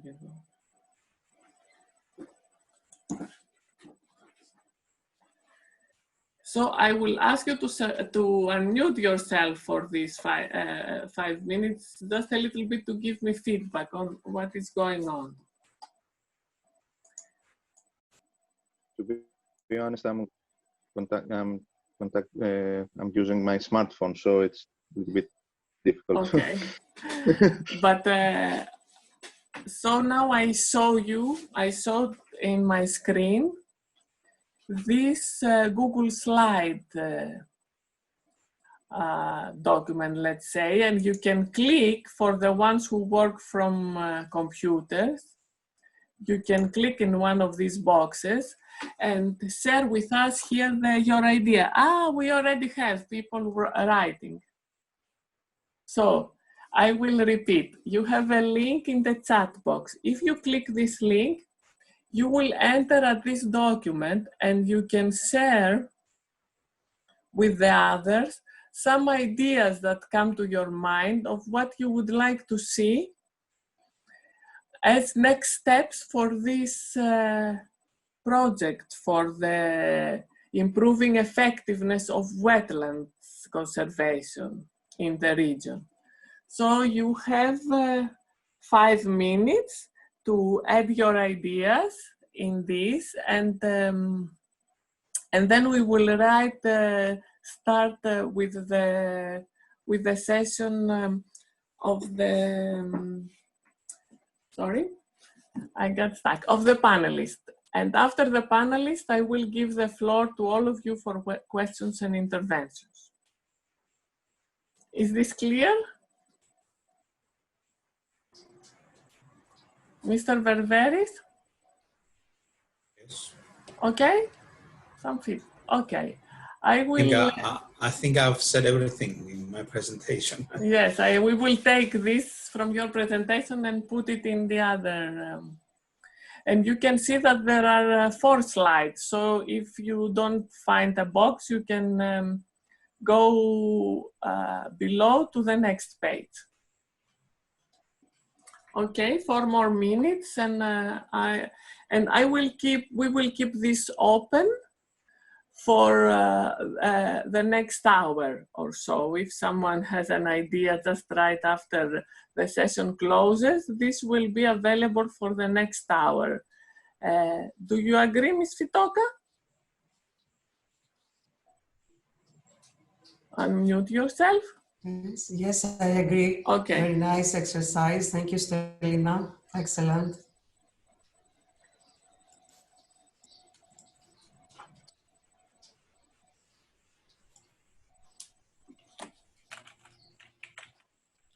I would say that the first, next step will be for Eleni to send to everybody all the presentations and all the links, all the useful links again for, for the geoportal and the website of the project. If we could have it in a fresh email message, I think it will help everybody to get the information. Okay, for sure. We will send everything. All the stuff will be uploaded on the web page, on the project web page, and we will send a reminder message with the links to find all this stuff.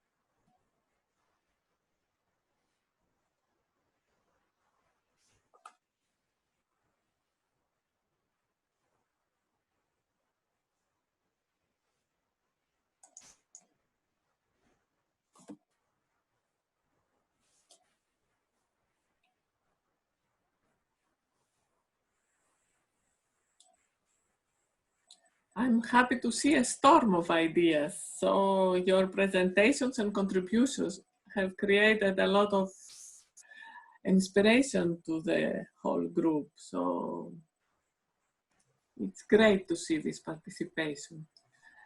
As I said, it is an idea generating project.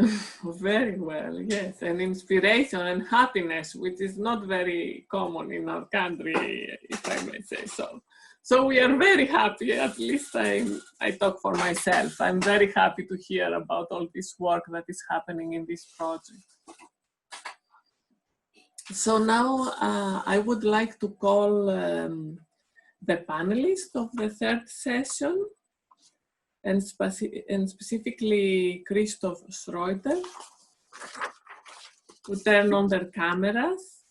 Oriana, I think she will join us without a camera if I had good communication with her through the chat. Mr.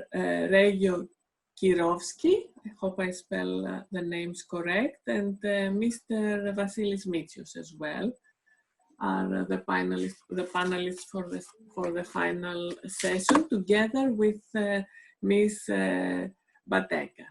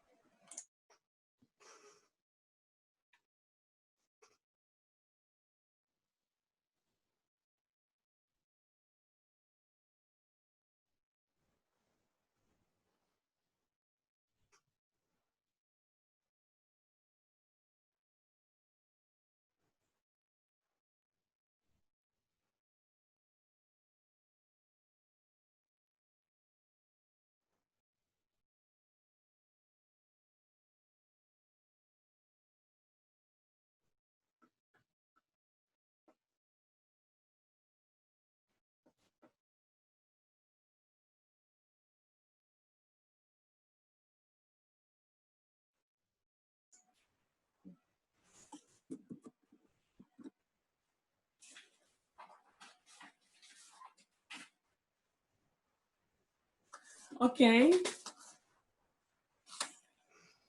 We will start with Mr. Christoph Schreuder, who has a great background with birds in wetlands, inspiring all of us from the European Topic Centre of the University of Malaga.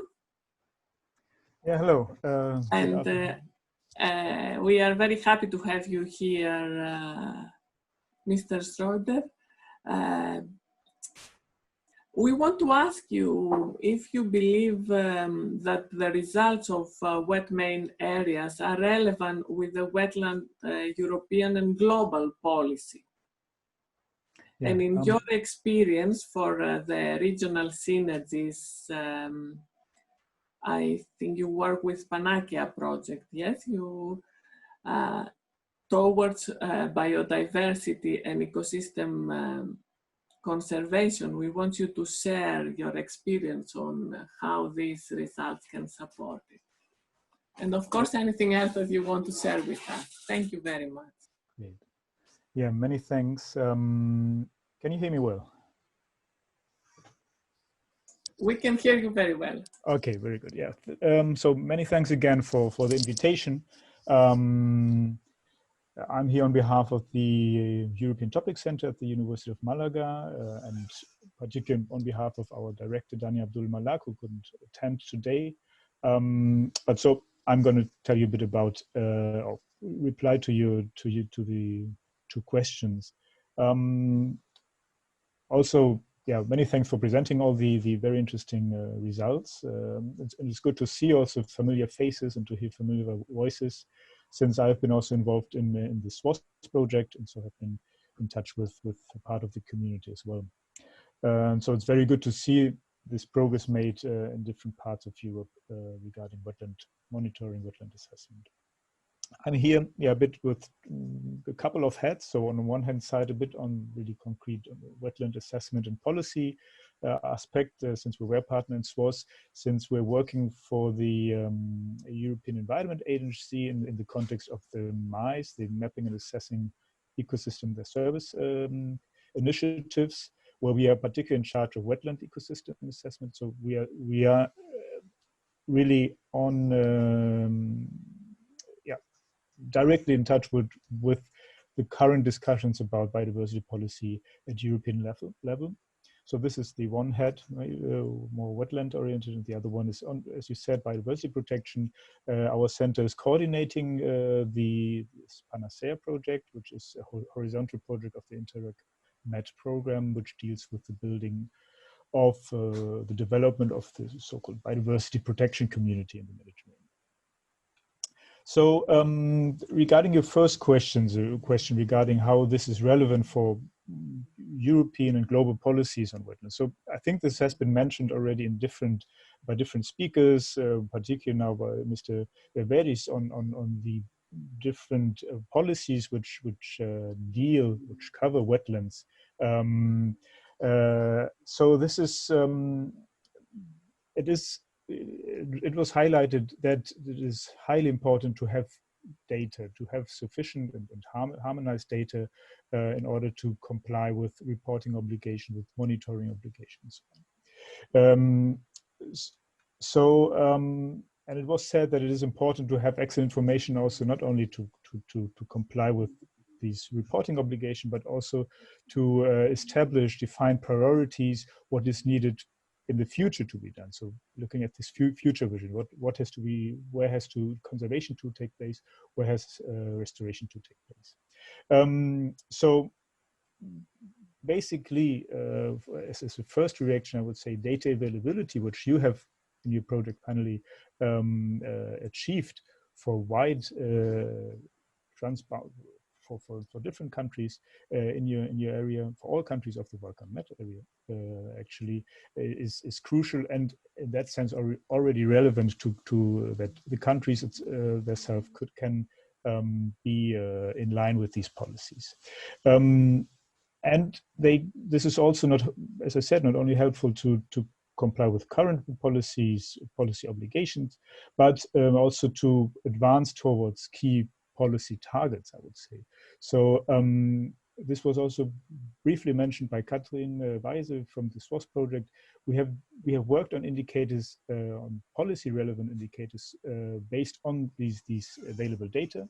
And so having your project and your project results, it's again important to have them in order to be on top of these indicators and to be able to advance towards these targets. And particularly also not only existing targets, but also upcoming targets and policies. And we are now in the middle of discussions about the new biodiversity strategy for the European Union to 2030. We are in the process of seeing how to provide content to develop content for the European Green Deal. So these are directly dealing with priorities regarding conservation and restoration that have to be set up and have to be based on evidence. We also, this was mentioned very in the beginning, wetlands is all about climate mitigation as well. So your data and climate mitigation is all, again, in terms of European policies, linked to certain reporting mechanisms. LULUCF is one of them, where a complete mapping of wetlands will be required in the future. So, and you have already these data, so there's a clear connection to that. Ramsar has been mentioned as key for the wetlands, and also at international level, and also the SDG indicators finally. And Katrin also highlighted again the indicator 661 on reporting on the wetland standard exchanges is giving your existing now database for the region is already a very important step to comply with these. With this reporting and to extract action plans and policies out of that. Also, the connectivity assessment is very, very much in line with what is now being discussed in the biodiversity strategy, also towards also the current one, both and in the upcoming 2030 strategy. So there is now quite some material you have developed so already for your region that might feed into this discussion very well. The same is true for the what you can extract from the analysis regarding where and how to enlarge the protected area network. And this is your results in terms of the very high spatial resolution you provide is very important to define these areas, to go into the details. This is regarding policy. Maybe just a short mention in this context that we have a lot of policies. This was mentioned also before, but not a comprehensive European policy regarding targeting wetland ecosystems, because and you have this was also mentioned at some points, and was also major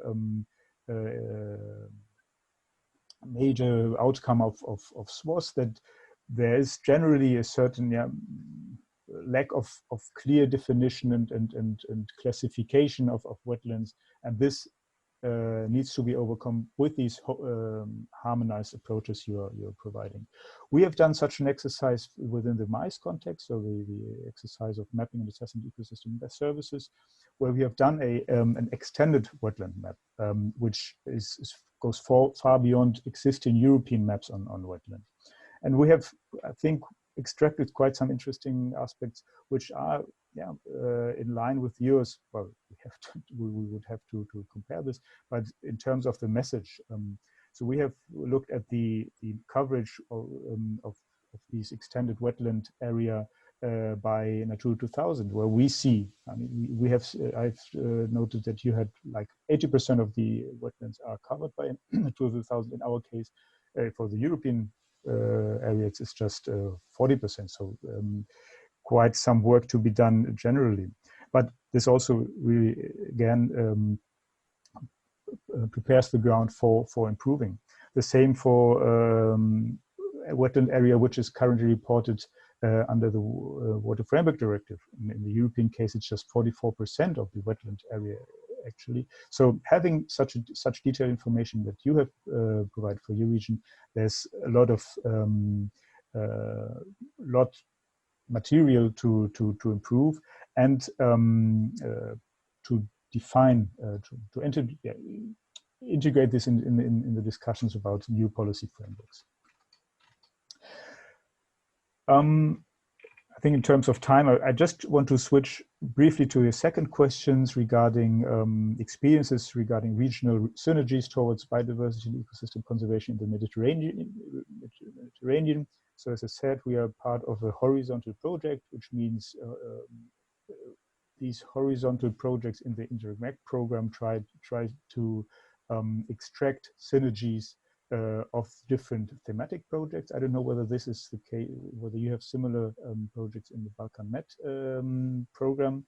Would be interesting to hear. So we looked a bit into what could be relevant for as good practices, and I have good practice projects that in the Mediterranean. I think there are two particularly, which is one is the WetNet project, which has developed an interesting tool called the wetland contracts, which try to improve the coordination and stimulate the effectiveness of management and planning of protected wetlands in the Mediterranean, basically based on active stakeholder participation. So this is one very interesting tool that has been developed in the Mediterranean with already some implementation in France and Italy, and this is now currently being expanded to marine protected areas through the Tune Up project, which recently started. And the second project or tool that has been developed, which I think is quite interesting for your context, for our context, and biodiversity protection in the Mediterranean, is the POSBMed project, which has developed a governance strategy and an action plan for Posidonia and dunes in coastal ecosystems. So looking at particularly coastal areas in the Mediterranean and developing a transboundary Mediterranean strategy to manage Mediterranean coastline in a participatory way and based with an ecosystem-based approach. So these are a couple of examples. Now, I haven't gone into the details, but I think this is material also that could be interesting for you to, or for the programs also, thinking about INTERREG Med, INTERREG Balkan Med, to see possible synergies and exchange on the subject. So that's all from my side. Thank you very much. Thank you very much. That was very interesting and visionary presentation of sharing from your side. I wanted to share with the audience that the selection of this final panel has to do with the different levels of governance. In the panel, we have representatives from European Union, national and sub-national governments. And having said that, I will let you know that Miss Oriana Hangsari, she had to leave. So she wrote to me her intervention to share with you. And I will just read it for you at this point before I move to the next panelist. Or better, I will keep it for the last, and I will now move to Mr. Vasilis Mitsios, who is external expert of region of Thessaly.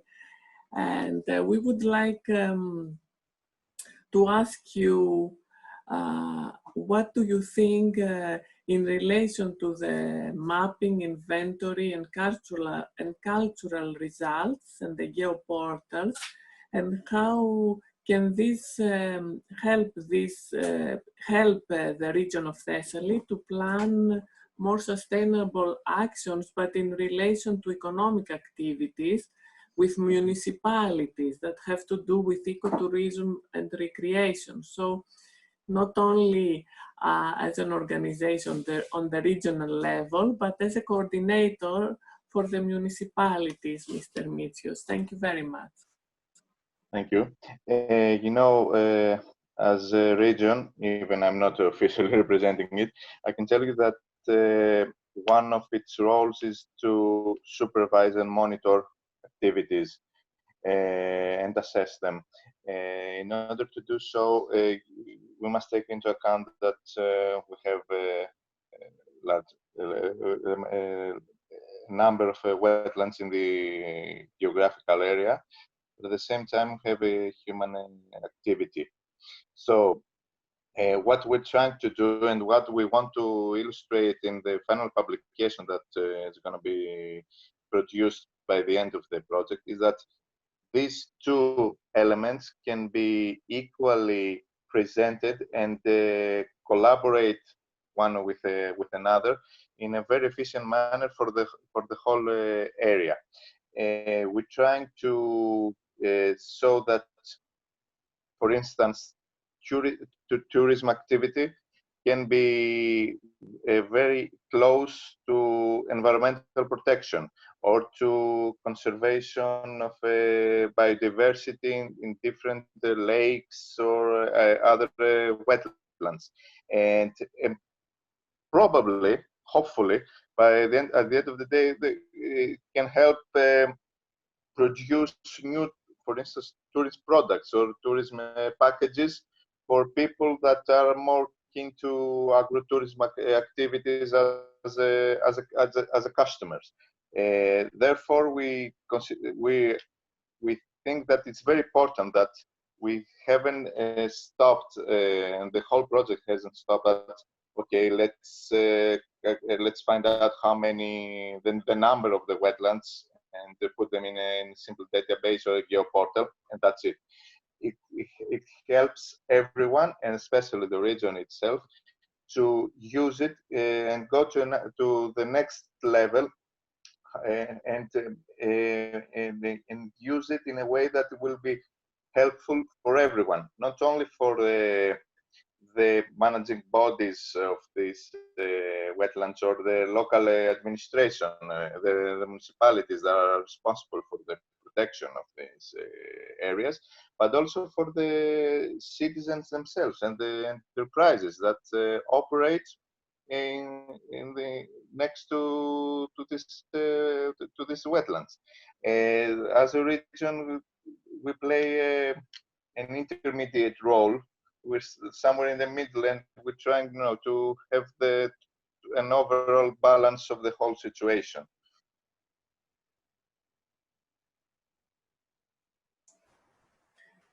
Yes, this is a difficult role, but I think this is real. This is how we need to manage all the protected areas. We need to find the compromise between hopefully the with needs the of final people. publication, we'll show that we have a vast majority of wetlands in our area, but at the same time, we have a lot of beautiful places to visit next to them. So it's not, we don't want to show that, okay, we have wetlands, don't get close to them because you will pollute them, for instance. We want to say that you can visit them, but respect them. Exactly.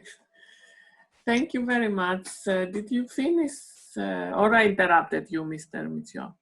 No, that's it. I don't know if there's another question. No, I think that is it for now. And I see Mr. Danko Blinkov. Are you going to represent Pejo Kirovsky in this panel? Yes. All right. Okay, because I saw you, then you disappeared, so I missed you. So the question for you is what you want to see happening in your country in relation to the next steps for this joint vision that we have.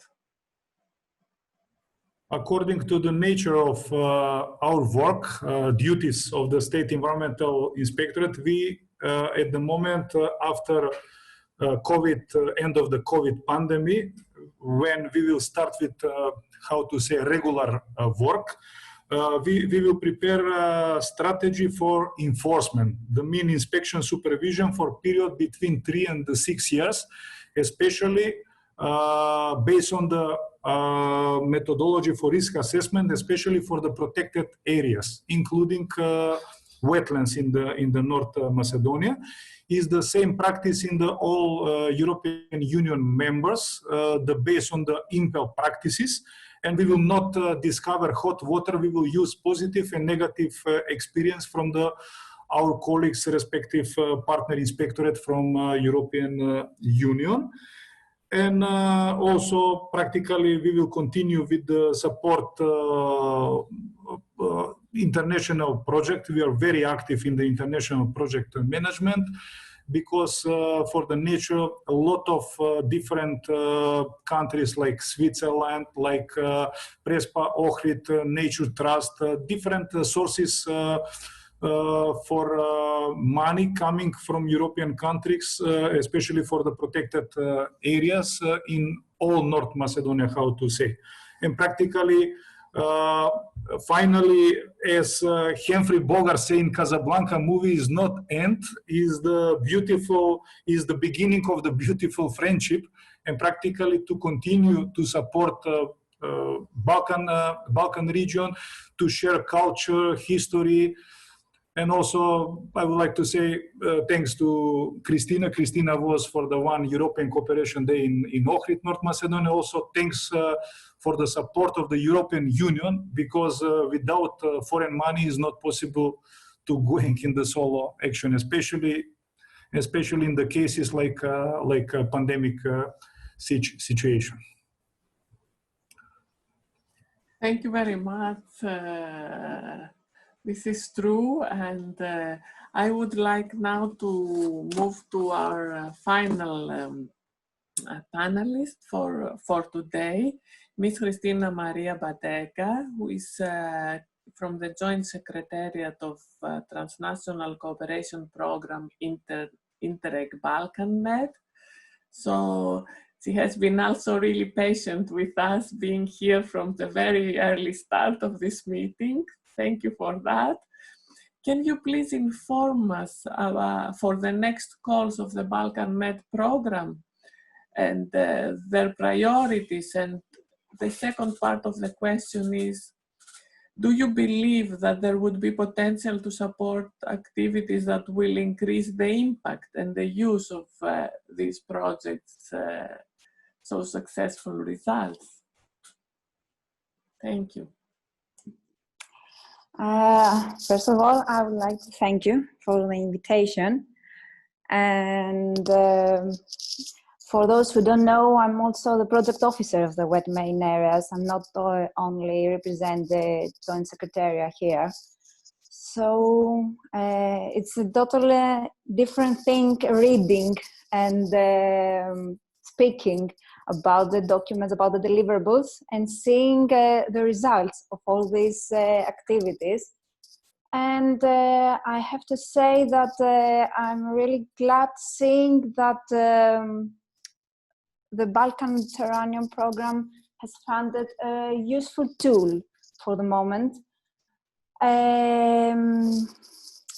About the future and about the next calls of the Balkan-Mediterranean program, I would say that I have nothing to say because we don't know yet if the program will still exist in the next programming period.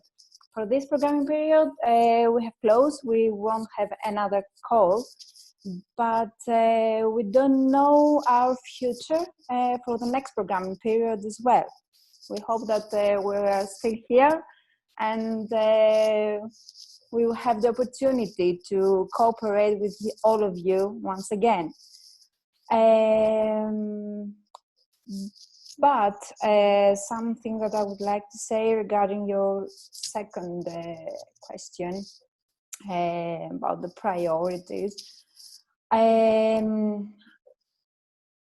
For even if Balkan-Mediterranean program exists or not, for every European funded program, I would focus on three issues, on three keywords, let's say.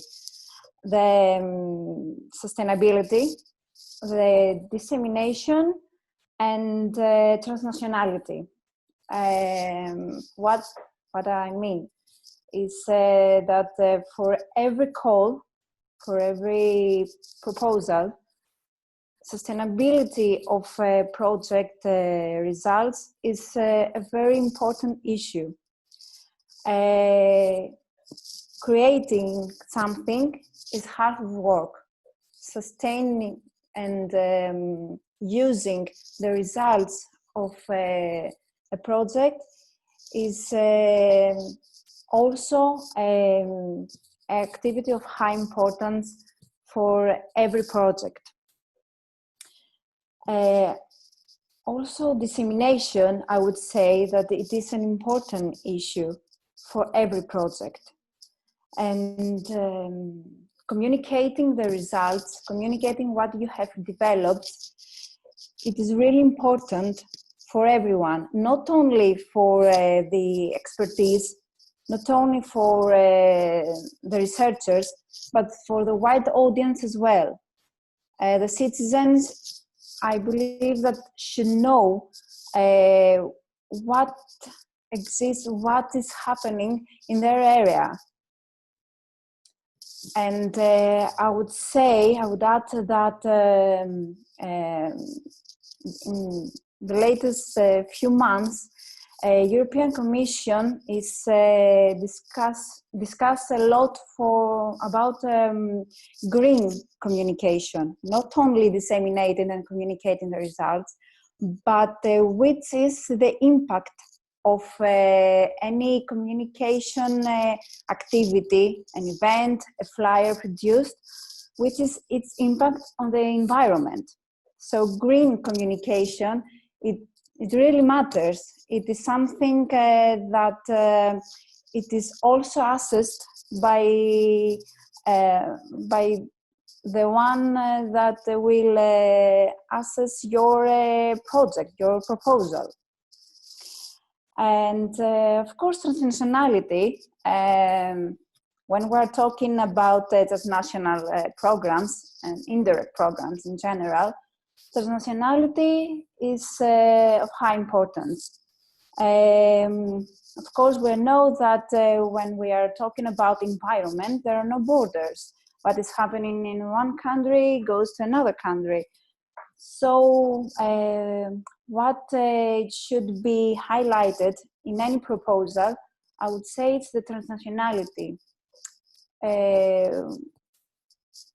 which is the reason, which is why cooperating is important for a project, for an activity. If we can resolve something by our own, what is transnationality matters. I think that these three issues must be highlighted in any proposal.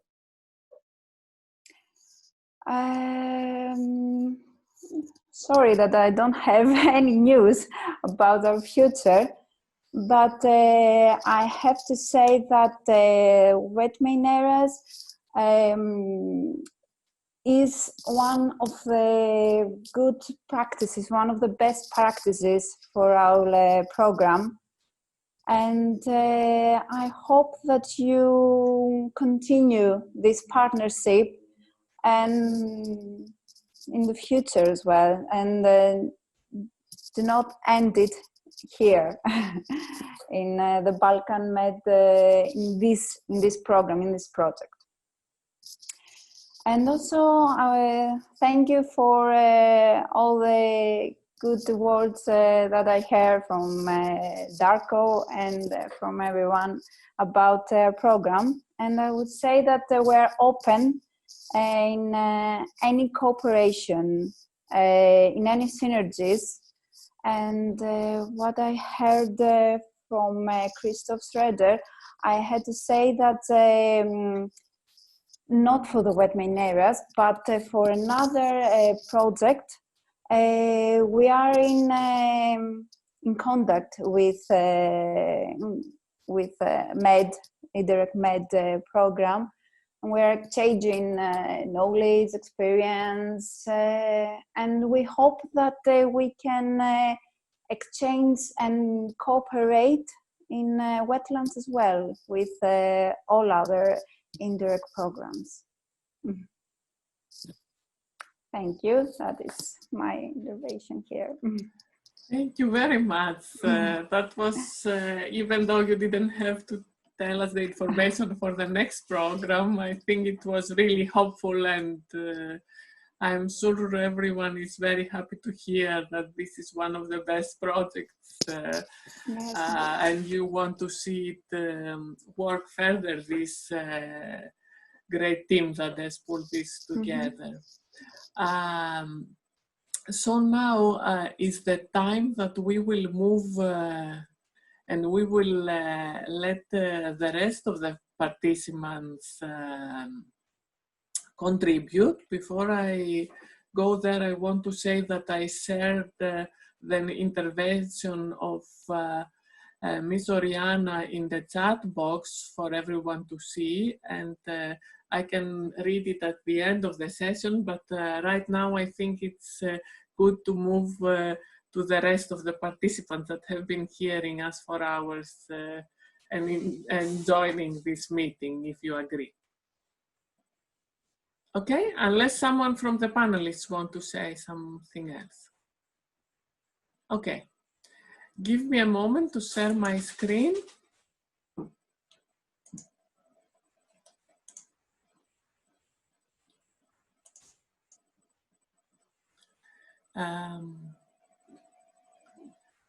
I hope you can see my screen. And now for the participants' contribution, I would like to ask everyone who wants to say something to raise your hand. And in order to do that, you can see here, there is next to the mute button on the participants panel, you can see the raise hand. If you press on that, there will be a little hand raised next to your screen for me, and then I will unmute each one of you one by one and invite you to talk. I think this is the process that we can follow, so everyone who has some intervention or a question that is not been answered through the chat, I think this is how we have designed it, that you can actually ask the panelists. Just mention who you are asking and ask them directly to try to have a more direct, let's say, communication. So I will stop share my screen. If you have any questions, please let us know and I will start giving the floor to participants.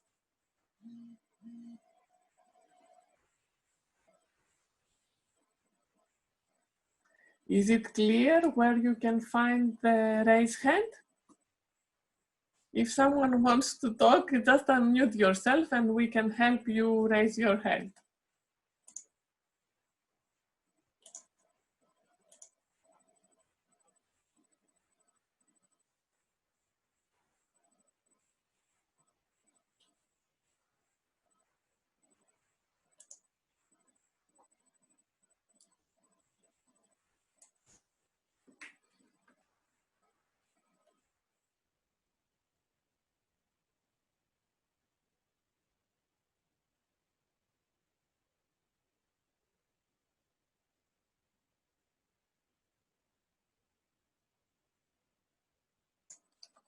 Okay, if someone has a problem, we can also support through the chat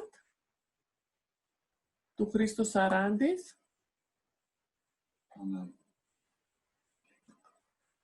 All right, I see now.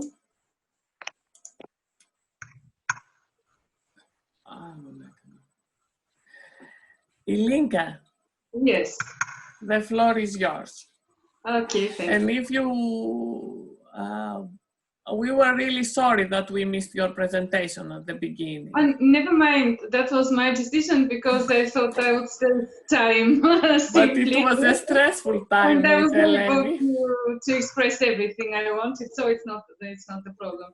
Okay. So what I wanted to say is that I was very happy to be part of this project team. And what I really hope is that we shall keep this team together and maybe even find some new members and continue what we have started. And I hope we shall develop a bit further the tourist aspect of these project activities because we just settled the foundations here in this project and there's much more to do in the future. So thanks. And I would like, of course, to thank to all the participants for this wonderful event and to our project partners for the wonderful cooperation so far. Thank you very much. Next, I think Miss Matilda. Did you raise your hand? We saw something like that from the control here.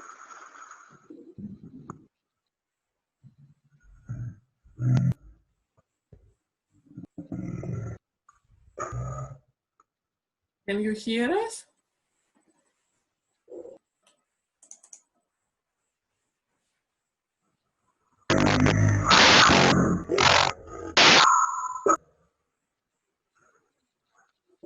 I think there is a problem with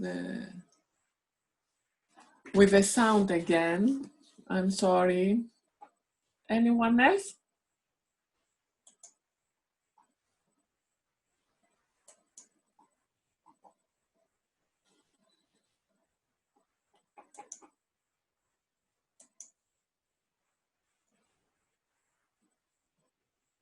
Hello, are you there?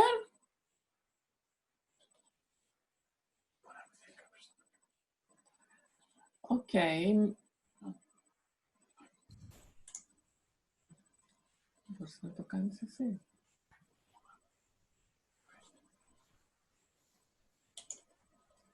Mr. Marco.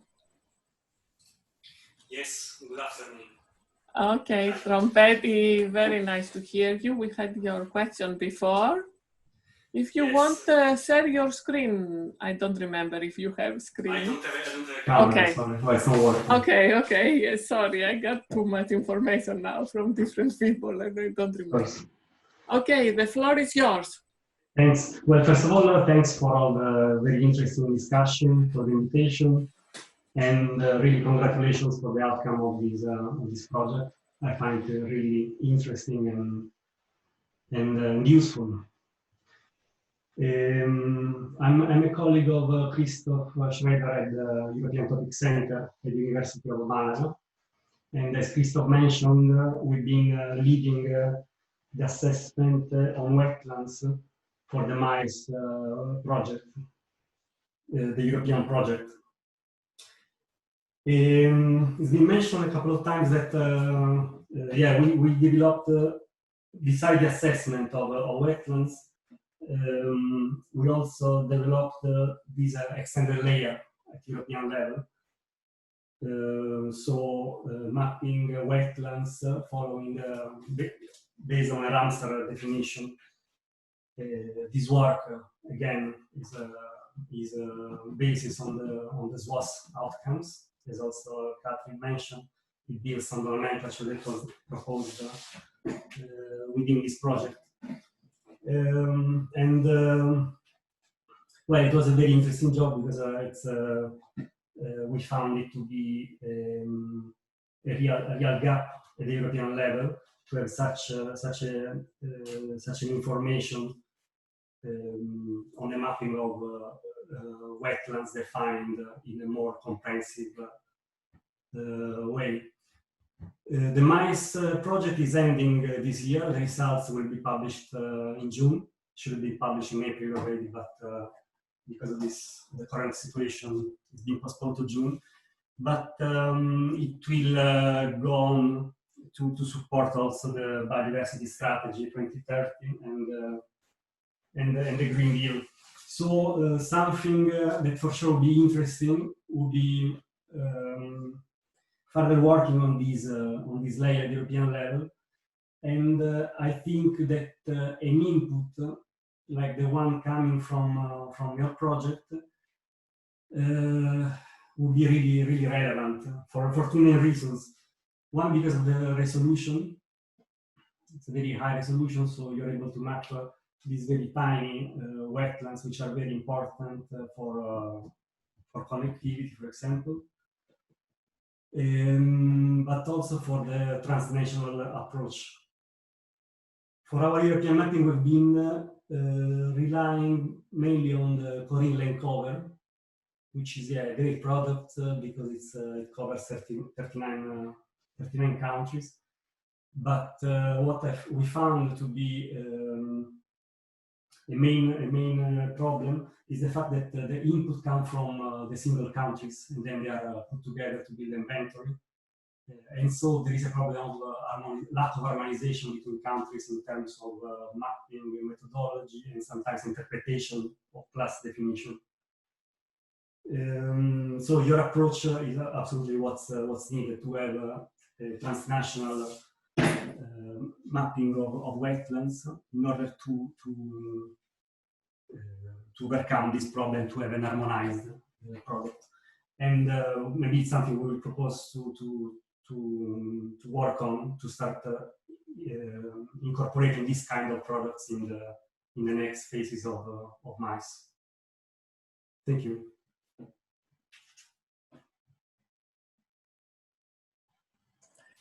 Thank you very much. I would give the floor now to Ms. Dionysia Hadjilakou.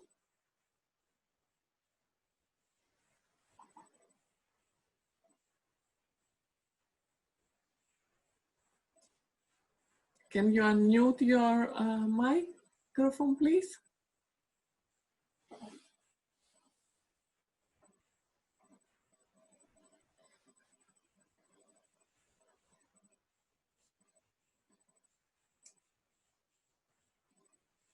We cannot hear you. Maybe there is a problem with her connection and her microphone, she says.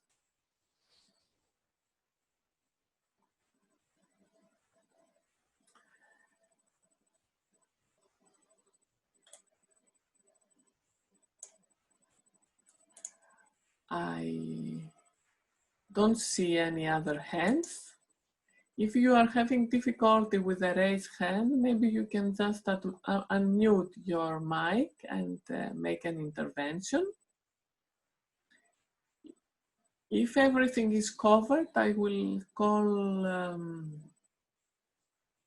Mr. Petar and Eleni Fitoka, who are the coordinators of the project and this session, to turn on their video camera so we can see them and maybe say some final words for this meeting.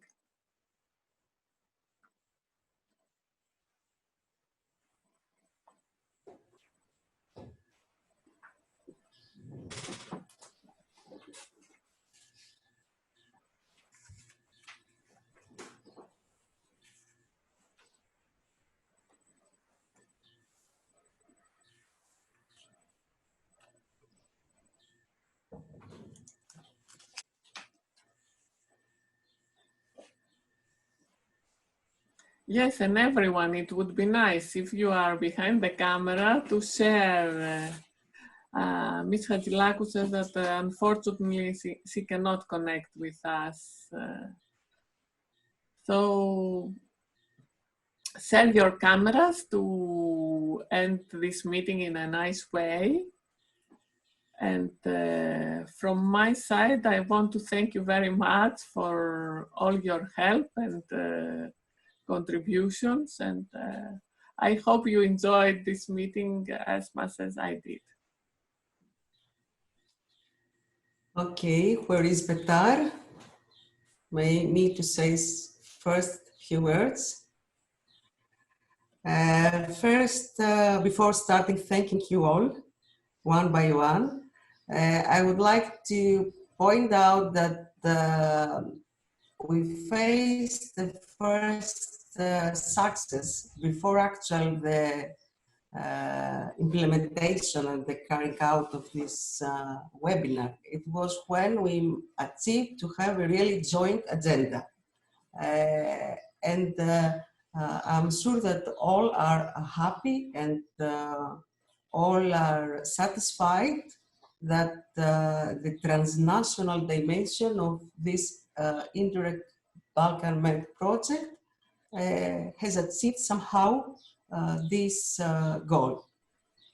I start thanking, of course, Ms. Bateka Maria Cristina for all these 33 months, yes, 33 months. I would like to have so much, so many, with all her support, flexibility, and very close monitoring of all the administrative, technical issues.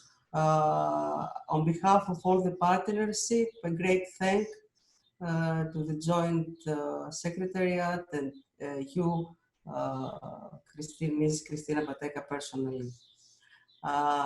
Then a big thank to all partners, because during this time, although there are many difficulties in harmonizing and fine-tuning priorities and standards in working in our working tasks, finally we managed to have a very nice and very impressive result. I would like then to thank all the panelists. Most of them are close friends and close colleagues for many, many years. And it is great that you accepted and you shared with us your opinion, your research approach, your policy and European level, your national approach, local approach. A big thank on behalf of all partners to you panelists. At the end, I would like to thank, of course, all the participants. All the material, Stelina will help us to have them disseminated, the presentations, the discussions, and we would be glad to share further any questions with you, any comments, any ideas for new synergies. Thank you very much and hope to see you soon. Petar, it is your turn to say a few words. Thank you, Eleni. As I told in the beginning, I really appreciate your efforts to make this Living Pub real thing in this situation. This event is very important for dissemination of the results of our project. Thank you for all of the participants for their interest and especially for the ideas. I hope that the ideas in the brainstorming will help us through finishing the project and for next development. As well, thank to Ms. Bateka that she helped us all the time with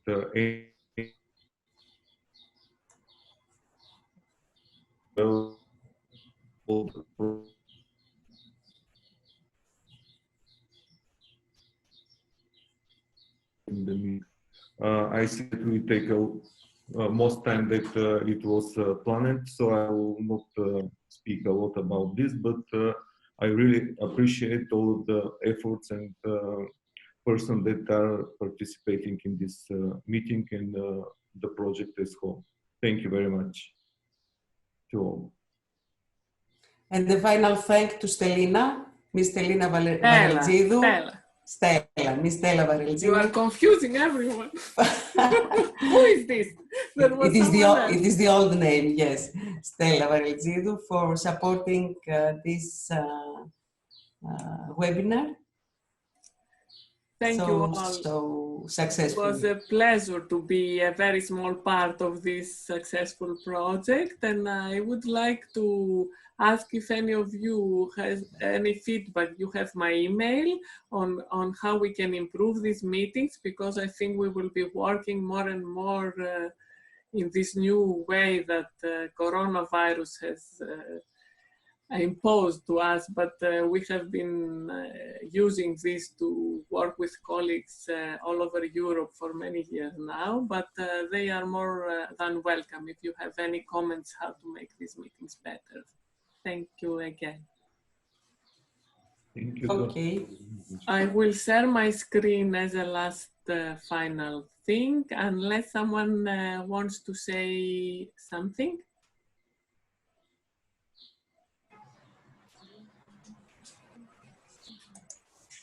Okay, then have a great spring and summer and enjoy, and we hope that all together we can really change and conserve the wetlands and so much more that nature has to offer.